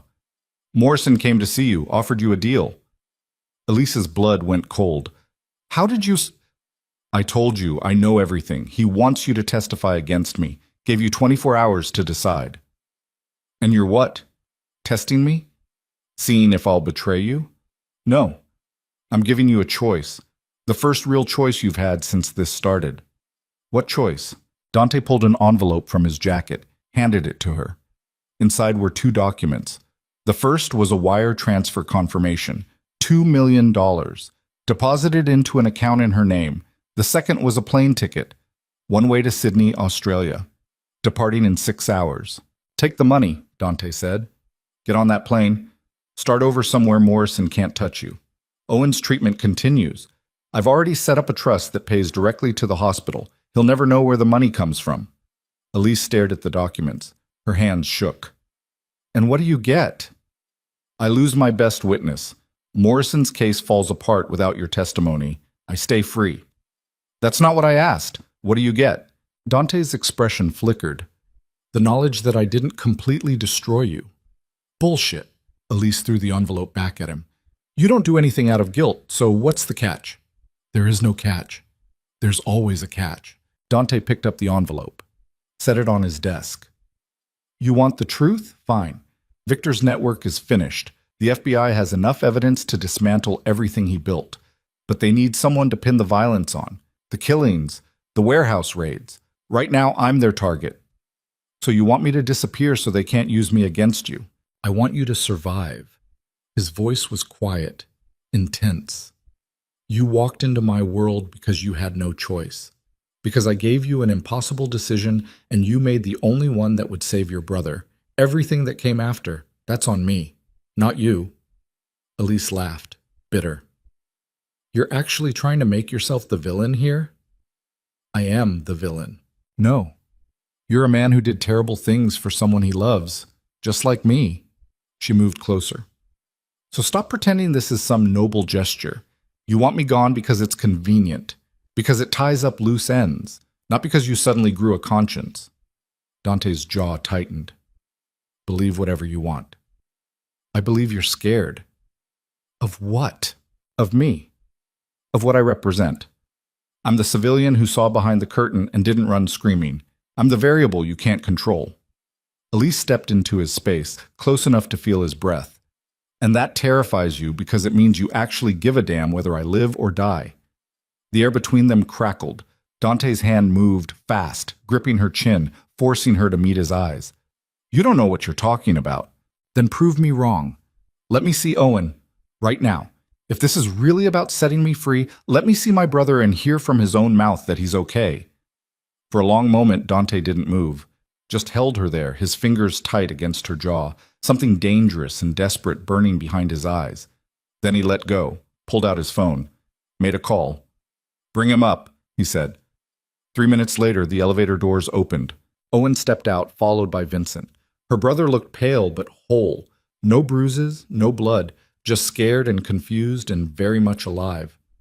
"Elle?" His voice cracked. "What's going on? These guys showed up at the hospital and said..." Elise crossed the room and pulled him into a hug so tight he gasped. "Are you okay? Did they hurt you?" "No, I'm fine, just confused." Owen pulled back, looking between Elise and Dante. "Who are these people? Why did they bring me here?" "It's complicated." "That's not an answer." Dante spoke before Elise could. "Your sister's been working for me. The money for your treatment came from me. Now there are people who want to use her testimony to put me in prison. I needed to make sure she understood the stakes." Owen's eyes went wide. "You're the guy. The one Elle wouldn't talk about. The reason she could suddenly afford..." He turned to Elise. "Are you in trouble?" "I'm handling it." "That's not what I asked." Elise looked at her brother, 16 years old, fighting cancer, still trying to protect her. And she realized Dante had been right about one thing. Owen was her leverage, her weakness, the thing that could be used to control her forever, unless she cut the cord. "Owen," she said carefully, "I need you to listen to me. Really listen. Can you do that?" He nodded. "I made a deal to save your life, and that deal came with consequences. I've done things, bad things, to keep you alive. And now I have to make another choice." "What kind of choice?"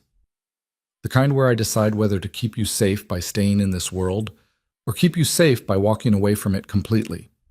Owen's face hardened. "I don't want you doing bad things because of me." "It's not your decision. Like hell it isn't. I'm not a kid, Elle. I know what cancer costs. I know what you gave up to keep me in treatment." His voice broke. "But I never asked you to sell your soul." "You didn't have to ask." "Then let me give it back." Owen looked at Dante. "Whatever deal you made with my sister, I'm canceling it. She doesn't owe you anything. Not anymore." Dante's expression didn't change. "It doesn't work that way." "Why not?" "Because your sister knows too much. About me. About my organization. About things that could put a lot of people in prison, or worse. I can't just let her walk away." "Then what do you want?" "I want her to choose, stay and accept what that means, or go and never look back." Owen turned to Elise. "Take the money. Get on the plane. I'll figure out the rest." "You'll die." "Maybe. Maybe not. But at least you'll be free." Elise felt something crack inside her chest. "I can't leave you." "Yeah, you can. You just don't want to." He was right. That was the worst part. He was absolutely right. Elise looked at Dante. "If I stay, what happens?" "You work for me. Officially. No more pretending you're just a consultant. You're part of the organization." "Doing what?" "Whatever needs doing. You're smart, ruthless when you need to be, loyal to the people you care about. Those are valuable traits." "And Owen?" "Treatment continues. Best care money can buy. But he doesn't know where the money comes from. You don't contact him. Don't visit. He thinks you took the money and left." Owen grabbed her arm. "Elle, don't." "It's the only way to keep you safe," Dante continued. "Morrison can't use you as leverage if you don't know anything.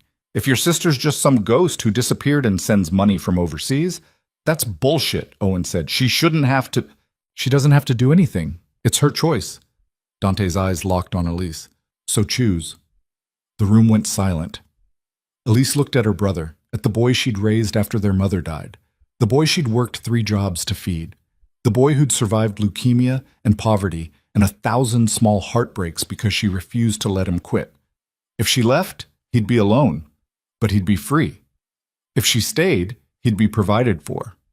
But she'd be damned. She thought about her mother, about the promise she'd made at the grave. Take care of him, no matter what. But her mother had never imagined this, never thought Elise would have to choose between her brother's life and her own soul. Elise took a breath, let it out slowly. "I'll stay," she said. Owen's face crumpled. "No, Elle, please." "I'll stay," she repeated, louder. "On one condition." Dante raised an eyebrow. "What condition?" "Celine, I want her safe, away from all this. New identity, new life, somewhere you can never drag her back into your world. Done. And the girls from Victor's network, the ones we rescued, I want to know they're being taken care of, real help, not just dumped into the system and forgotten. I'll set up a fund, counseling, housing, job training, whatever they need. And one more thing, Elise's voice hardened. You never use Owen against me again. Not as leverage, not as a threat, not as anything. He's off limits completely. Forever. Dante considered this, then nodded. Agreed. Then we have a deal. Owen made a sound like he'd been punched. You can't. It's already done. She turned to him, forcing her voice steady. You're going to leave here. Go back to the hospital. Finish your treatment.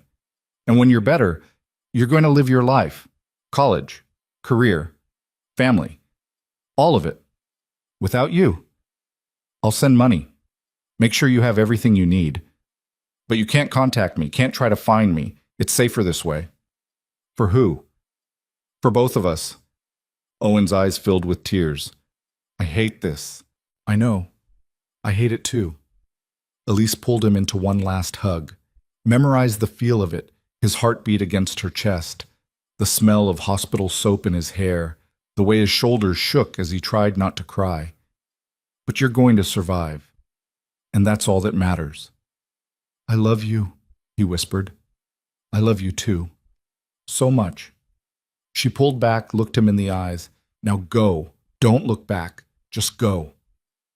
Vincent stepped forward, gentle for once. Come on, kid. I'll take you back. Owen let himself be led to the elevator, stopped at the doors, looked back one more time. Elise forced herself to smile, to wave. The doors closed. And just like that, her brother was gone. Elise stood frozen, her smile cracking, something vital bleeding out of her. She waited until she heard the elevator descend, waited until she was sure Owen was far enough away that he wouldn't hear. Then she turned to Dante and punched him in the face. He staggered back more from surprise than force. His lips split, blood welled. Feel better? He asked calmly. No. Elise's hands shook. But it's a start. Dante wiped his mouth. Understandable. I need a minute. Take your time. She walked to the windows, pressed her forehead against the glass.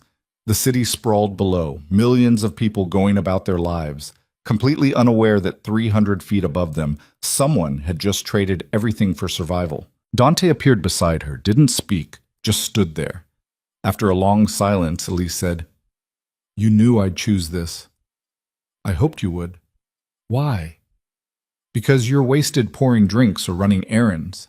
You're smart enough to build something, ruthless enough to protect it. You just needed a reason to stop pretending you were anything else. And you gave me that reason. I gave you a choice. You made it. Elise laughed, empty. Some choice, damn my brother or damn myself. Welcome to my world. Every decision's like that. Does it get easier? No, you just get better at living with it. She turned to face him. So what now? You own me. What are you going to do with me? Dante's expression shifted. I don't own you. You just made me give up my brother to work for you. That's ownership. No, that's partnership. He moved closer. I'm not going to make you do anything you don't choose to do, but I am going to ask you to help me finish what we started. Victor's in federal custody, his network's dismantled. What's left to finish? The FBI has Victor, but they don't have everyone. His organization had layers, people who worked for him who slipped through the cracks, buyers, distributors, corrupt officials who helped him operate. Dante's voice went cold. I want them all, every single one, and I need someone I trust to help me hunt them down. Why me? Because you saw what Victor's network did. You looked those girls in the eyes. You understand what's at stake in a way my men never will. He paused. And because you're the only person who's ever told me no and lived. Elise studied his face, saw the exhaustion there, the weight of 6 years searching for his sister, the scars of choices that had carved away pieces of his humanity until only the essential parts remained. Okay, she said. I'll help you, but we do this my way. Which is? No more innocent people caught in the crossfire, no more warehouses full of families. We target the guilty. Only the guilty. And when this is over, you let the rest of it go. The rest of what? The empire. The control. The need to own everything you touch. Elise held his gaze. You wanted your sister back. You got her. Now let that be enough. Dante was quiet for a long time. Then he extended his hand. Deal. She shook it. His grip was firm, final. They just made a pact that would either save them both or destroy them completely. Elise wasn't sure which. Wasn't sure she cared anymore. All she knew was that the person she'd been before, the waitress scraping by, the sister sacrificing everything, the woman who believed in simple choices between right and wrong, was gone.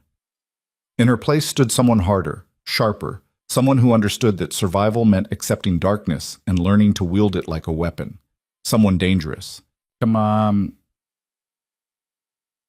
The next 72 hours moved like a hurricane. Dante pulled together everything he had, files, contacts, information Victor's flash drive had revealed. Names poured out like water from a broken dam, federal agents on Victor's payroll, judges who'd dismissed trafficking cases, politicians who'd taken bribes to look the other way. And deeper down, the real architects, the people who'd funded Victor's operation, who'd created demand for what he supplied. Elise set up operations in Dante's downtown office, turning the top floor into a war room. Maps covered the walls, photos of targets connected by red string, bank records and wire transfers documenting money flows. Vincent supervised security, rotating guards, making sure no one got in or out without clearance. Margaret arrived with food, coffee, whatever they needed to keep working. And Celine, recovering in a private facility outside the city, sent messages through Dante. Don't stop. Find them all. On the second day, Morrison showed up. Security tried to stop him. He flashed a warrant. Elise Carter, he said, standing in the doorway with 4 agents behind him. You're under arrest for conspiracy to commit arson, destruction of federal evidence, and obstruction of justice. Elise stood slowly. I haven't done anything. You were present at multiple crime scenes. You aided and abetted Dante Voss in criminal activities. You failed to report human trafficking when you had knowledge of it. Morrison pulled out handcuffs. You have the right to remain. She has immunity, Dante said. Morrison stopped. What? Elise Carter has full immunity, granted by your own office. Check your records. Morrison's face went red. Bullshit! I never... Not you, your boss. I gave him something he wanted more than he wanted me. He gave me immunity for my key witness. What did you give him? Dante smiled. Senator Bradford? On tape. Discussing federal contracts in exchange for campaign donations. Your boss has been trying to nail Bradford for years. I handed him the case on a silver platter. Morrison's jaw clenched. You son of a bitch. I'm a businessman. I trade value for value. Dante's smile vanished. Now get out of my building before I have you arrested for harassment. Morrison looked at Elise. This isn't over. Yeah, it is, she said quietly. You wanted Dante. Now you've got Bradford instead. Take the win and walk away. He left. But the look he gave her promised this wasn't finished. The door closed. Dante turned to Elise. You okay? You traded a senator for me? I traded a senator for the ability to keep working without FBI interference. You were just part of the package. That's not an answer. Dante's expression softened, just barely. You're more valuable than Bradford ever was. So yeah, I traded him for you. Something shifted in Elise's chest. Something warm and terrifying and completely inappropriate given everything that had happened. She shoved it down, focused on the work. We've got 3 targets identified, she said, turning back to the maps. A federal prosecutor in Detroit who buried trafficking cases. A shipping executive in Baltimore who provided transport. And a financier in Manhattan who funded the whole operation. Pick one. We hit them tonight. All 3. Dante raised an eyebrow. That's aggressive. That's what you wanted. Fast, thorough, no second chances. Elise pulled photos off the wall. I've got plans for each one. Vincent's team hits Detroit and Baltimore simultaneously. We take Manhattan. We? You and me. The financier's the big fish. He's got security, connections, money to burn. We need to hit him personally. Make him understand that his empire's over. You realize he'll try to kill us. Then we kill him first. Dante studied her. You've changed. Yeah, I have. Elise met his eyes. You made sure of that. Regret it? She thought about Owen, about her mother, about the woman she used to be. Ask me again when this is finished. What? New York City at night looked like every crime movie Elise had ever seen.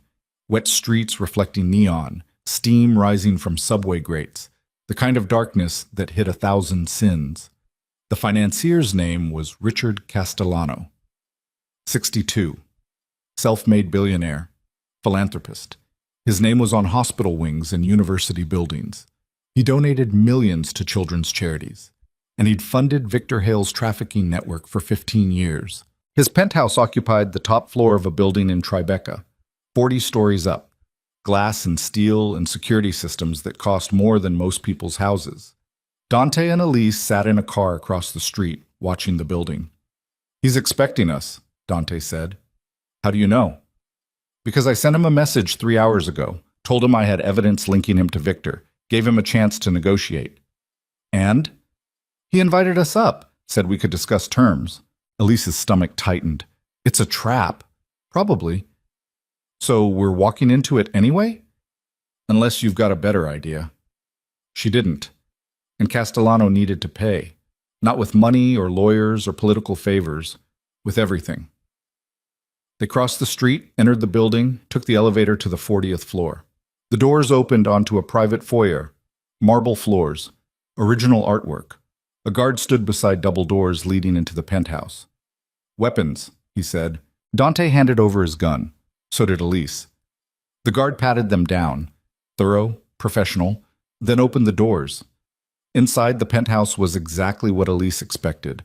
Floor-to-ceiling windows overlooking the city, furniture that probably cost 6 figures, everything designed to communicate power, wealth, untouchability. Richard Castellano stood by the windows, drink in hand. He was smaller than Elise expected. 5'8", maybe 5'9". Soft around the middle. Expensive suit that couldn't hide the fact he had never done a hard day's labor in his life. Mr. Voss, he said smoothly, and you must be Miss Carter. Please, sit. They sat. Castellano settled across from them, crossing his legs. So, you have evidence connecting me to Victor Hale's unfortunate enterprise. I assume you're here to negotiate a price for your silence. No, Dante said. I'm here to tell you you're finished. Castellano's smile didn't waver. I don't think so. The FBI has Victor's records. Your name's all over them. Wire transfers, email correspondence, meeting notes. You funded his entire operation. You're bluffing. If the FBI had that evidence, they'd have arrested me already. They don't have it yet. I do. And tomorrow morning, I'm giving it to them. Dante leaned forward. But tonight, I wanted to look you in the eye and tell you exactly what kind of monster you are. Monster? Castellano laughed. I'm a businessman. I saw an opportunity to invest in a profitable enterprise. If Victor chose to operate illegally, that's on him. You knew what he was doing. You funded it. You're just as guilty. Prove it. I will. In court. In front of a jury. In every newspaper and news channel in the country. Dante's voice went cold. By the time I'm done, your name will be synonymous with human trafficking. Your charities will collapse. Your friends will abandon you, and you'll spend the rest of your life in a federal prison being someone's bitch. Castellano's smile finally faded. You're making a mistake. No. You made the mistake. You thought money protected you. It doesn't. Money protects everyone. You should know that better than anyone, Mr. Voss. After all, you're just like me, a criminal who convinced himself he's legitimate.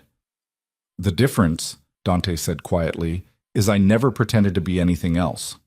Castellano stood. I think we're done here. Not quite. Elise pulled a flash drive from her pocket, set it on the table. That's everything. Every file, every transaction, every piece of evidence that proves you funded Victor's network. I'm giving it to the FBI tomorrow. Then why show it to me tonight? Because I wanted you to know it was coming. I wanted you to spend the next 12 hours knowing your life is over and there's nothing you can do to stop it. Castellano stared at the flash drive. His face had gone pale. You can't do this, he said. Watch me. He lunged for the drive. Elise was faster, grabbed it, stepped back. Castellano's hand went to his pocket, pulled out a small pistol. "Give it to me," he said. His hand shook. "Now." Dante stood slowly. "Put the gun down, Richard." "I said give it to me." The guard from the foyer appeared in the doorway, weapon drawn. Everything happened at once. Castellano swung his pistol toward Elise. The guard fired, hit Dante in the shoulder. Dante went down. Elise threw herself behind the couch as bullets tore through expensive upholstery. The guard advanced. Elise had no weapon, no cover, no way out. Then Vincent crashed through the terrace doors. Glass exploded inward. Vincent hit the guard center mass, both men going down in a tangle. Two more of Dante's men followed, one engaging the guard, the other covering Dante. Castellano raised his pistol again. Elise grabbed a marble sculpture from the side table and threw it. Hit him in the chest. He staggered back, firing wild. The bullet missed her by inches. She rushed him, grabbed his wrist, twisted. The gun clattered to the floor. Castellano tried to push her away. She drove her knee into his stomach. He doubled over. Elise picked up his gun, pressed it against his temple. "You funded the rape and torture of hundreds of girls," she said. Her voice was shaking. "So was the gun. You profited from their suffering, and now you're going to pay for it." "Please," Castellano gasped. "I'll give you anything, money, information, whatever you want. I want you dead." Her finger tightened on the trigger. "Elise," Dante's voice, strained with pain, "don't." "Why not? He deserves it." "Because you're not a killer. Not like this." Dante struggled to his feet, blood soaking through his shirt. "You shoot him now, you become exactly what he is. Someone who thinks they're above justice. He'll buy his way out. You know he will. Money, lawyers, connections. Then we make sure he can't." Dante moved closer. "We give the evidence to the right people, not just the FBI, the press, victim advocacy groups. We make his crimes so public he can't hide from them." Elise kept the gun pressed to Castellano's head. Her whole body trembled. She wanted to pull the trigger, wanted to end him the way he'd ended so many lives. But Dante was right. Killing Castellano wouldn't bring those girls back, wouldn't undo the damage. It would just make her a murderer. Slowly, she lowered the gun. "Vincent," she said, "call the FBI. Tell them we have a confession." "What confession?" Castellano sneered. "I haven't said—" Elise pulled out her phone, played a recording. Castellano's voice, clear and damning. "I saw an opportunity to invest in a profitable enterprise. If Victor chose to operate illegally, that's on him." His face went white. "You recorded me?" "Every word." Elise pocketed the phone. "The FBI will love this." Sirens wailed in the distance, getting closer. Vincent helped Dante toward the elevator. "We need to go. Now." They left Castellano kneeling on his expensive floor, surrounded by broken glass and shattered illusions. The emergency room doctor dug the bullet out of Dante's shoulder without anesthesia. He didn't make a sound, just stared at the ceiling, jaw clenched, while the doctor worked. Elise sat beside him, holding his hand. She didn't remember reaching for it. But there it was. Her fingers laced through his grip almost breaking bones. "Done," the doctor said finally. "You'll need antibiotics, rest, physical therapy." "Great," Dante muttered. "I'll get right on that." The doctor left, shaking his head. Elise let go of Dante's hand. "You should have let me shoot him." "No, I shouldn't have. He deserved it." "Maybe. But you didn't deserve to carry that weight." Dante sat up slowly, wincing. "Killing someone changes you, even when they deserve it, even when it's justice. I didn't want that for you." "Too late. I'm already changed. Not that way. Not yet." He looked at her. "There's a difference between being ruthless and being broken. You're ruthless. I'm broken. Let's keep it that way." Elise's throat tightened. "You're not broken." "Yeah, I am. Have been for years. Celine just hit it. Gave me something to focus on besides the fact that I'm a monster who builds empires on blood." "You saved your sister. You stopped Victor. You're trying to take down everyone who enabled him. That's not a monster." "What is it then?" "Penance." Dante laughed, winced from the pain. "Penance requires forgiveness. I'm not looking for that." "Then what are you looking for?" He was quiet for a long time. Then, balance. Between what I've done and what I can still do. Between the darkness and whatever light's left. You find it yet? Working on it. His phone buzzed. He checked it. His expression shifted. What? Elise asked. Detroit and Baltimore are done, both targets in custody. Vincent's team got everything we needed. And Castellano? FBI took him an hour ago. The recording sealed it. He's going away for life. Elise felt something loosen in her chest. So it's over. Yeah, it's over. They sat in silence. Outside, dawn was breaking, pale light washing over the city, turning everything soft and gold. Elise thought about Owen, about the choice she'd made, about the woman she'd become. I need to ask you something, she said. What? When this started, you said you needed insurance, someone you could trust who wasn't part of your world. Was that true? Or was it always about something else? Dante considered this. At first it was true. I needed someone Victor wouldn't suspect, someone who could move through his world without triggering alarms. And later? Later you became more than that. More how? He met her eyes. You became the person who reminded me what I was fighting for. Not territory or money or power. The people who couldn't fight for themselves. The girls in that warehouse. Celine. Even Owen. His voice went quiet. You made me remember that some things are worth more than survival. Elise's breath caught. Don't, Dante said. Don't read into it. I'm still a criminal, still dangerous, still everything you should run from. I know. Then why aren't you running? Because I'm dangerous too now, and maybe that's what we need. Two broken people trying to build something that isn't completely terrible. Dante smiled. Actually smiled. Not the cold calculation she was used to, but something genuine. You're insane, he said. Yeah, probably.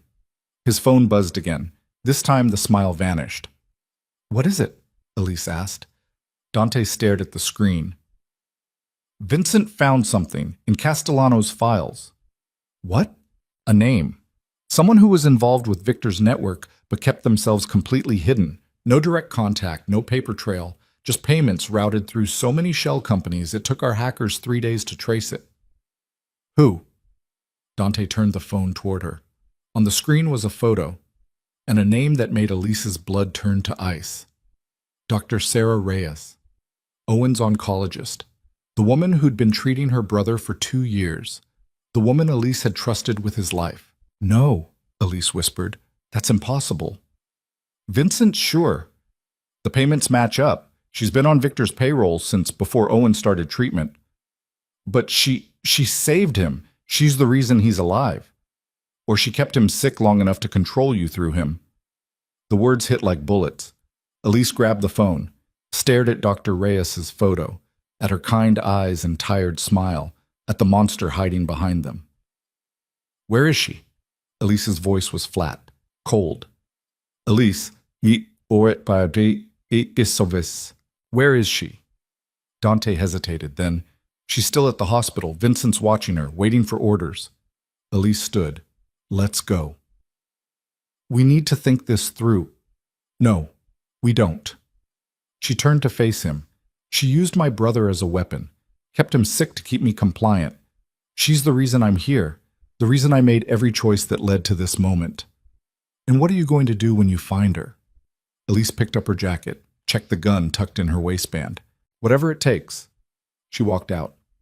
Dante followed, cradling his injured shoulder.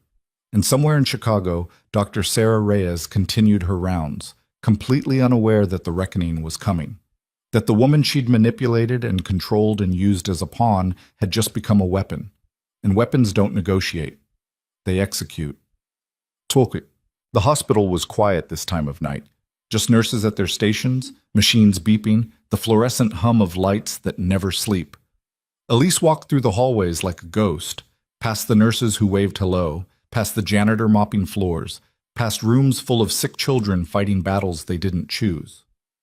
Dante stayed close behind her, Vincent and 2 others fanning out to cover exits. Dr. Reyes was in her office, 3rd floor, West Wing.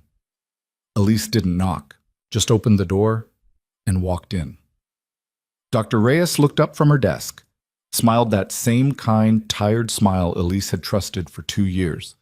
Elise, what are you doing here? Is Owen? Owen's fine. No thanks to you. The smile faltered. I don't understand. Yes, you do. Elise closed the door, locked it. You've been on Victor Hale's payroll for 3 years. You kept my brother sick. Managed his treatment just carefully enough to keep him alive, but never well enough to end the leverage. Dr. Reyes went pale. That's ridiculous. I would never. Elise pulled out her phone, showed her the financial records, the wire transfers, the emails between Reyes and Victor's people discussing patient management and controlled deterioration. Don't lie to me, Elise said quietly. Not now. Dr. Reyes stood, back toward the wall. You don't understand. They threatened me, said they'd kill my family if I didn't cooperate. When? What? When did they threaten you? Before or after you started taking their money? Silence. That's what I thought. Elise moved closer. You weren't a victim. You were a collaborator, and my brother almost died because you valued your paychecks more than his life. I'm sorry, Dr. Reyes whispered. I'm so sorry. Sorry doesn't fix this. Elise pulled the gun. Dr. Reyes's eyes went wide. Please, please, I have children. So did the girls in Victor's network. Didn't stop you from helping him. I didn't know what he was doing with the money. You knew enough. Elise's finger tightened on the trigger. Behind her, Dante spoke. Elise, don't do this. Why not? She deserves it. Because the police are already on their way. Vincent called them. They'll arrest her. She'll go to prison. Justice will happen. That's not justice. That's bureaucracy. It's the law. The law failed those girls. Failed Owen. Failed everyone Victor touched. Elise's voice cracked. Why should I trust it now? Because if you pull that trigger, you become exactly what she is. Someone who decided their pain justified taking a life. She used my brother, and she'll pay for it. In court? In public? Where everyone will know what she did. Dante moved beside her. But if you kill her now, the story becomes about you, the vigilante who murdered a doctor, Victor and Reyes and Castellano. They all disappear into the footnotes. Is that what you want? Elise's hand shook. She thought about Owen, about what he'd said. I don't want you doing bad things because of me. She thought about her mother, about promises made at graves. She thought about the woman she'd been before all this, and the woman she was becoming. Slowly, she lowered the gun. You're right, she whispered. I can't. She turned toward the door, then spun back and punched Dr. Reyes in the face. The doctor went down hard, blood streaming from her nose. That, Elise said, was for Owen. Sirens wailed outside. Police flooded the building, and as they led Dr. Reyes away in handcuffs, Elise stood in the hallway and finally let herself cry. For her brother, for the girls they'd saved, for the person she'd lost along the way.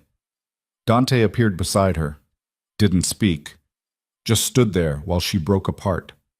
When she finally ran out of tears, he said, It's over now, really over. Elise wiped her face. Is it? Victor's in prison, Castellano's arrested, Reyes is done. Everyone who enabled them is either in custody or running scared. And us? We rebuild, figure out what comes next. What does come next? Dante looked at her. That depends on what you want. Elise thought about that, about choices and consequences, and the impossible math of survival. I want my brother to live, she said. I want those girls to heal. I want to wake up one day and not feel like I'm drowning. That's a start. What about you? What do you want? Dante was quiet for a long time. Then, I want to be someone my sister doesn't have to be ashamed of. She's not ashamed of you. Not yet. They stood in the hospital hallway as dawn turned the windows gold. Two people who'd walked through hell and somehow made it out the other side. Not unscathed, not whole, but alive. And for now, that was enough. Come on, Dante said. Let's go home. Elise followed him out into the morning light. And somewhere behind them, the darkness they'd left in their wake began, slowly, painfully, to heal. But they didn't see it. Because they were already moving forward, toward whatever came next. Together, home turned out to be the mansion Elise had walked away from 3 days ago. Except now it felt different. Less like a prison, More like a fortress built by people who'd learned that safety was something you created, not something you found. Margaret met them at the door, her eyes widening when she saw Dante's blood-stained shirt and the hollowness in Elise's face. "Sweet mercy," she whispered. "What happened?" "Long story," Dante said. "Is Celine awake?" "She's in the garden, been out there since sunrise." Dante nodded and headed upstairs to change. Elise stood in the foyer, suddenly exhausted beyond measure. Her legs felt like water. Her hands wouldn't stop shaking. Margaret guided her to a chair. "Sit before you fall down." Elise sat, stared at nothing. "When's the last time you slept?" Margaret asked. "I don't remember." "8?" Same answer. Margaret disappeared and returned with tea and toast, forced both into Elise's hands. "Eat. You're no good to anyone if you collapse." Elise ate mechanically. The food tasted like cardboard, but her body needed fuel, so she swallowed it anyway. When Dante came back down, shoulder bandaged, wearing clean clothes, he looked almost human again. Almost. "Come on," he said to Elise. "There's someone who wants to meet you." She followed him through the house and out into the gardens. Dawn had given way to full morning, sunlight filtering through trees that had probably stood here longer than any of them had been alive. Celine sat on a bench near a fountain. She looked better than she had in the penthouse. Cleaner, healthier, but still fragile. Like someone recovering from a wound that went too deep to see. She looked up as they approached. Her eyes, so much like Dante's, tracked Elise with careful assessment. "This is her?" Celine asked. Dante nodded. "Celine, this is Elise Carter. Elise, my sister Celine." Elise extended her hand. "It's good to finally meet you, really meet you." Celine took it. Her grip was stronger than Elise expected. "Dante told me what you did, what you risked. Thank you. I didn't do it alone." "No, but you didn't have to do it at all. You could have walked away. Most people would have." Celine glanced at her brother. "Most people did." Dante looked away. The guilt in his expression was stark.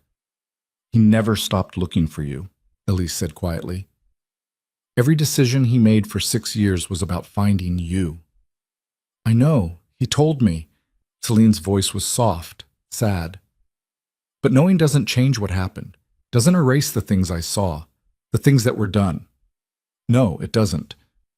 Will it get easier, eventually?"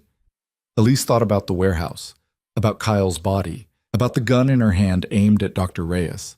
"I don't know," she admitted. "I hope so." Celine smiled, small and broken, but real. "That's more honest than what everyone else has been telling me."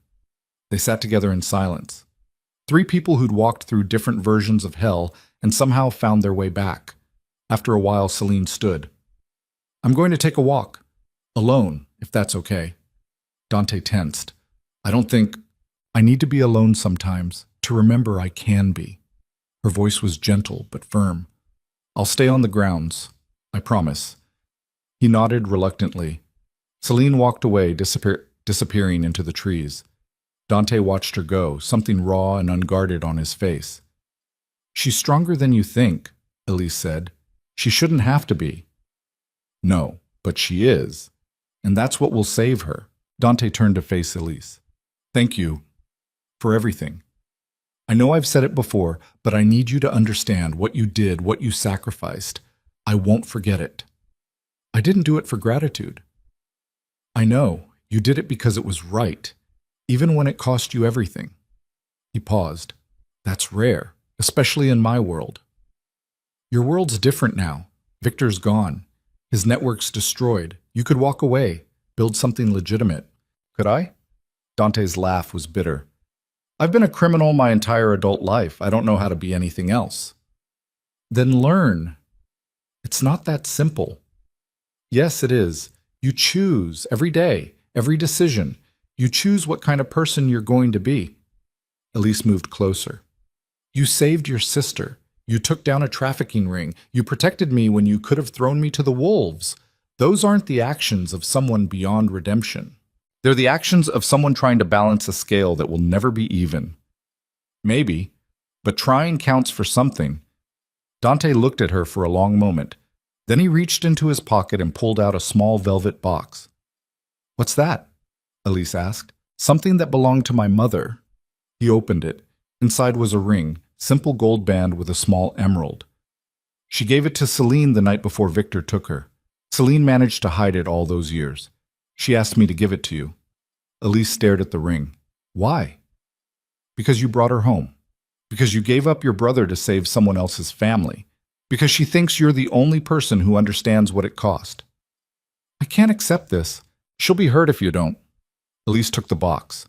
The ring was warm from being in Dante's pocket. She slipped it onto her right hand. It fit perfectly. Tell her thank you, Elise said, and tell her I hope she finds peace. I will. Dante's phone buzzed. He checked it, and his expression darkened. Fuck. What? Vincent. He's at the warehouse district. Says there's something I need to see. Now. The warehouse looked the same as it had the night they'd rescued the girls from Victor's network. Same rusted metal, same smell of oil and decay, same sense that terrible things had happened here and the walls remembered. Vincent stood outside, smoking. He looked grim. What is it? Dante asked. Inside. You need to see for yourself. They followed him into the warehouse and stopped. The interior had been transformed, not cleaned up or repaired. Vandalized. Spray paint covered the walls, not random graffiti. Words, accusations. Murderer, trafficker. Dante Voss killed my sister Elise Carter, helped him. Photos plastered the walls. Pictures of Dante, of Elise, of the mansion, the office building, the hospital where Owen was being treated. And in the center of the floor, arranged like a grotesque shrine, were candles and flowers surrounding a single photograph. A girl, maybe 15, dark hair, scared eyes, dead. Who is she? Elise whispered. Vincent crushed his cigarette.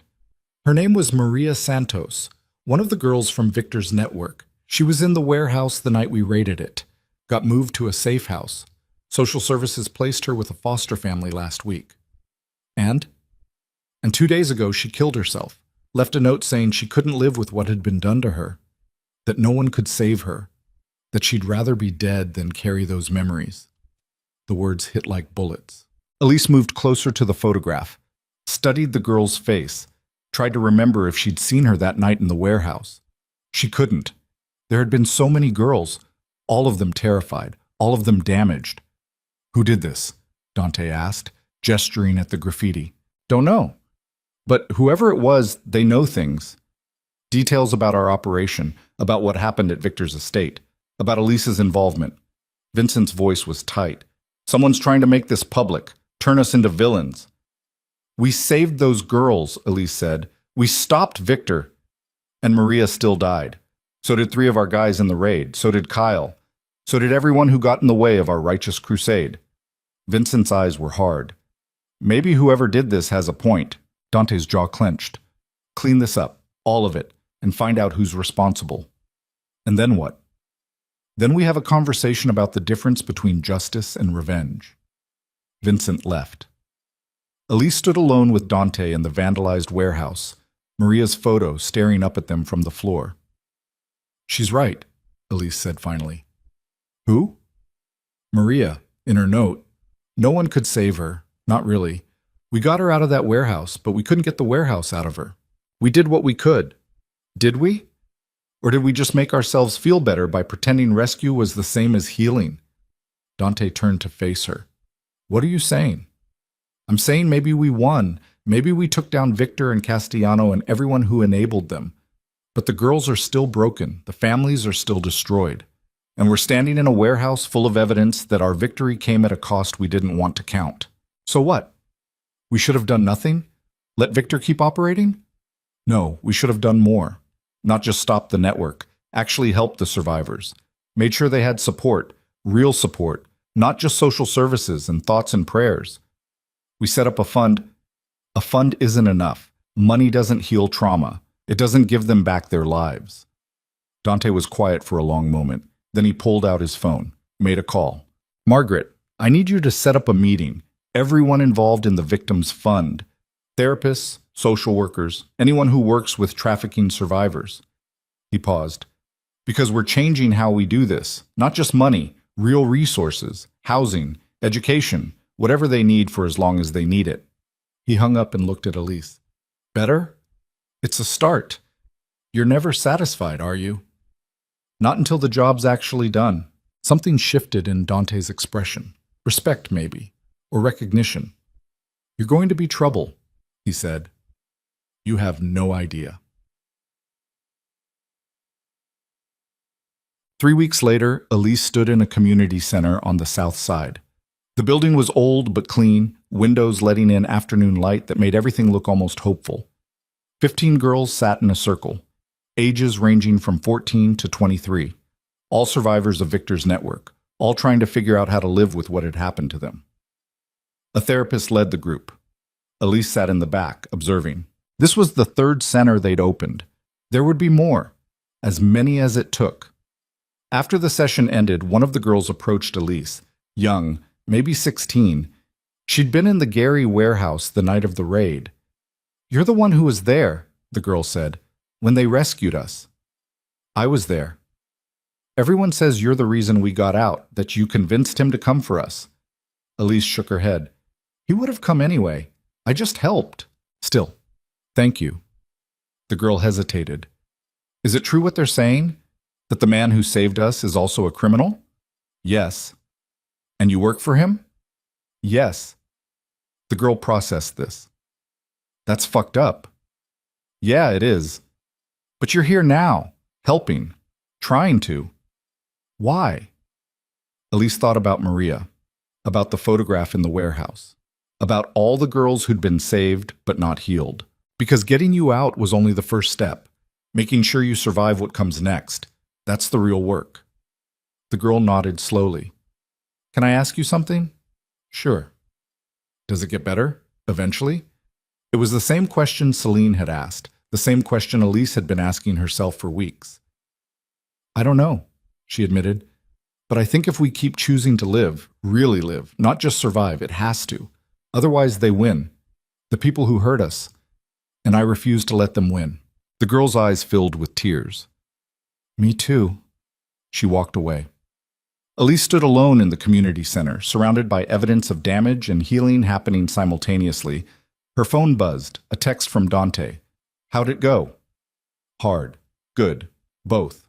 Come home. There's something we need to discuss. Elise pocketed her phone and headed for the door.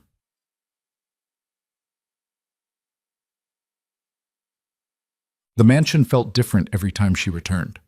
Less like Dante's domain and more like something they were building together. A place that held darkness and light in equal measure. She found him in the study with Vincent and 3 other men she didn't recognize. They all looked up when she entered. Gentlemen, Dante said, this is Elise Carter. Elise, meet Chicago's new task force on human trafficking. Federal, local, state. All coordinating for the first time in history. One of the men stepped forward. Agent Martinez, FBI. We wanted to thank you personally for the evidence you provided on the Castellano case. It's already led to 14 additional arrests. I'm glad it helped. More than helped. You broke open a network we'd been trying to infiltrate for years. Martinez glanced at Dante. And despite Mr. Voss's complicated history, we're here to discuss potential cooperation moving forward. Elise raised an eyebrow. Cooperation? Mr. Voss has offered to use his resources and contacts to help identify trafficking networks operating in the Midwest. In exchange, we're willing to overlook certain past activities and provide immunity for any information he shares. You're making him a confidential informant. We're making him an asset. There's a difference. Dante's expression was unreadable. I told them I'd only do it if you agreed. Why? Because you're the reason I'm doing it at all. And because if this is going to work, I need someone making sure I don't cross lines I can't come back from. Elise looked at the agents, at Vincent, at Dante. What lines? She asked. We're not asking Mr. Voss to commit crimes, Martinez said, just to share intelligence, names, locations, patterns he recognizes from his time in adjacent industries. And if he does commit crimes, then the deal's off and he goes to prison. Simple as that. Elise turned to Dante. You're serious about this? Victor's network wasn't the only one. There are others, smaller, smarter, and they're still operating. His voice was quiet. I spent 6 years looking for Celine. Found her. But there are thousands of other Celines still out there. If I can help find them, if I can use everything I know about how these networks operate to tear them apart, then maybe the scale starts to balance. Or maybe you get yourself killed. That's a possibility. And you're okay with that? I'm okay with trying to be something other than what I've been. Elise studied his face, saw the exhaustion there, the weight of choices that had carved him down to bare bone and will. She turned to Martinez. I have conditions. Such as? Complete transparency. I see every piece of intel Dante provides. I verify it. If I think he's crossing a line, I pull him out. No arguments. And if we disagree with your assessment, then the deal's off and you lose your asset. Martinez looked at his colleagues. Some silent communication passed between them. Agreed, he said finally. They spent the next hour going over details. Protocols. Chain of command. What constituted acceptable intelligence gathering versus entrapment. When the agents finally left, Vincent following them out, Elise and Dante were alone. You didn't have to do that, he said. Yes, I did. Someone needs to make sure you don't get yourself killed trying to be a hero. I'm not a hero. No, but you're trying. And that's more than most people do. Dante moved to the window, looked out over the grounds where Celine was walking with Margaret, the two of them talking quietly.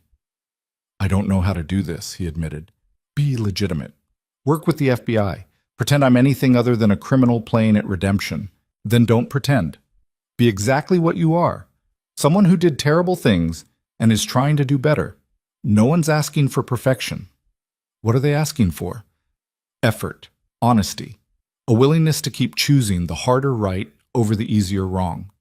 Elise joined him at the window. You saved your sister. That was personal. Now you're choosing to save people you don't know, people who can't give you anything in return. That's different. That's growth. Or stupidity. Maybe both. Dante smiled. Actually smiled. Not the cold calculation she'd first known, but something warm and real. You're good at this, he said. At what? Making me believe I'm not completely broken. You're not. Just damaged. There's a difference. Is there? Yeah. Broken things can't be fixed. Damaged things can heal if you give them time and space and the right conditions. And what are the right conditions for someone like me? Elise considered this. Probably someone who isn't afraid to call you on your bullshit, who sees what you've done and still thinks you're worth saving, who's been through their own version of hell and came out the other side knowing that survival's a choice you make every day. Someone like you. Someone like me. The words hung in the air between them, heavy with implications neither of them was quite ready to examine. Dante turned to face her fully. What do you want, Elise? Really want. Not for Owen, not for the girls in those centers, for you. No one had asked her that in so long she'd forgotten how to answer. She thought about it, really thought. I want to wake up and not feel like I'm drowning, she said finally. I want Owen to be healthy and happy and free from all of this. I want those girls to heal, and I want to believe that what we did, all the terrible choices and impossible costs, actually meant something. It did. How do you know? Because we're standing here, because Celine's alive, because there are girls in those centers who wouldn't be there without us, because even one life saved is worth whatever it cost. Is it? Maria didn't think so. Dante's expression darkened. Maria was failed by a system that didn't know how to help her. That's not on us. Isn't it? We broke her out of that warehouse and then handed her off to strangers, told ourselves we'd done enough. But we hadn't. We just shifted responsibility. So what should we have done? Adopted 15 traumatized girls and played house? No, but we should have followed through, made sure they had real support, not just assumed social services would handle it. That's why we're building the centers now. Too late for Maria, yes, but not too late for the others. Dante's voice was quiet, intense. We can't save everyone. We can't undo the past. All we can do is try to be better going forward. And if that's not enough for you, if you need some guarantee that every choice we make will have a happy ending, then you're going to be disappointed. Because this world doesn't work that way. Elise knew he was right, hated that he was right. I'm tired, she said. I'm so tired of choices that have no good answers, of victories that taste like defeat, of trying to be better while knowing I'm still complicit in terrible things. Then stop. Stop what? Trying to be perfect. Accept that you're human, that you'll make mistakes, that sometimes the best you can do is choose the option that causes the least harm and live with the consequences. That's a depressing philosophy. It's a realistic one. Elise sank into a chair. Let the exhaustion finally catch up. I don't know if I can keep doing this. Then don't. Walk away. Take the money. Start over somewhere else. No one will blame you. Owen, we'll be fine. The trust is set up. His treatment continues regardless of whether you're here. And you? I'll survive. I always do. It was the easy answer, the escape hatch. Everything she'd thought she wanted 3 weeks ago. But something had changed. She'd changed. No, Elise said. No what? No, I'm not leaving. Not yet. Not until we finish what we started. Which is? Making sure those centers actually work. Making sure the girls have what they need. Making sure your cooperation with the FBI actually saves lives instead of just making you feel better about your past. Dante's expression shifted. You're staying because you don't trust me to follow through. I'm staying because someone needs to, and it might as well be someone who knows exactly what you're capable of. That sounds like a terrible reason. Yeah, it does. Elise stood. But it's the truth, and you said you valued honesty. I do. Then be honest with me. Why do you want me to stay? Really? Dante was quiet for a long moment. When he spoke, his voice was raw. Because you're the only person who looks at me and sees potential instead of damage. Because you make me want to be better than I am. Because when I'm with you, I remember what it feels like to be human instead of just functional. He met her eyes. And because I'm terrified that if you leave, I'll slip back into being the person I was before. The one who valued control over connection, power over people, survival over living. The admission hung between them like a confession. Elise crossed the space between them, stood close enough to see the shadows under his eyes, the scars on his hands, the exhaustion etched into every line of his face.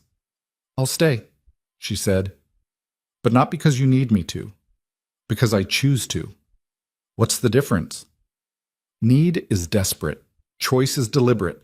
Need makes me a crutch. Choice makes me a partner. And which one do you want to be?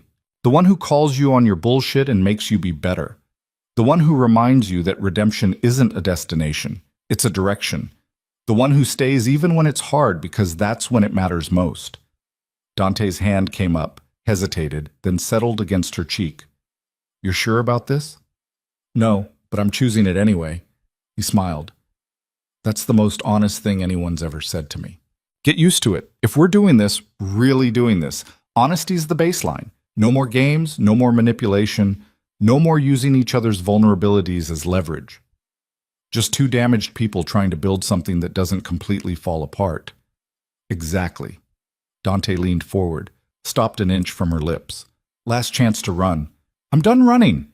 He kissed her. It wasn't gentle, wasn't romantic in any traditional sense. It was raw and desperate and tasted like blood and survival. And the kind of understanding that only comes from walking through hell together. When they finally pulled apart, both breathing hard, Elise said, that can't happen again. Why not? Because if we're going to work together, really work together, we can't let this complicate things. You think a kiss is going to complicate things more than everything else we've been through? Yes, because everything else was survival. This is choice, and choice makes things messy. Dante studied her face, then nodded. Okay, professional boundaries, we can do that. Can we? Probably not, but we can try. Elise laughed despite everything. You're impossible. And you're stuck with me. Apparently. Whack. 6 months later. The community centers had expanded to 5 locations across Chicago. 73 girls in the program, 61 still actively participating. 12 had dropped out, not because the program failed, but because they'd moved on, found jobs, enrolled in school, started building lives that didn't revolve around trauma. It wasn't perfect. Maria's death still haunted them. 2 other girls had attempted suicide. 1 succeeded. But the majority were surviving, some were even thriving. Dante's cooperation with the FBI had led to the dismantling of 3 additional trafficking networks, 47 arrests, hundreds of victims recovered. He'd also been shot twice, stabbed once, and nearly killed in a car bombing. But he was still alive, still fighting. Celine had moved to California, found a therapist who specialized in long-term trauma, started taking classes at a community college. She called Dante every Sunday without fail. Owen had finished his treatment. The cancer was in remission. He'd started his junior year of high school and was talking about college. He still didn't know the full truth about where the money came from. Elise wasn't sure when or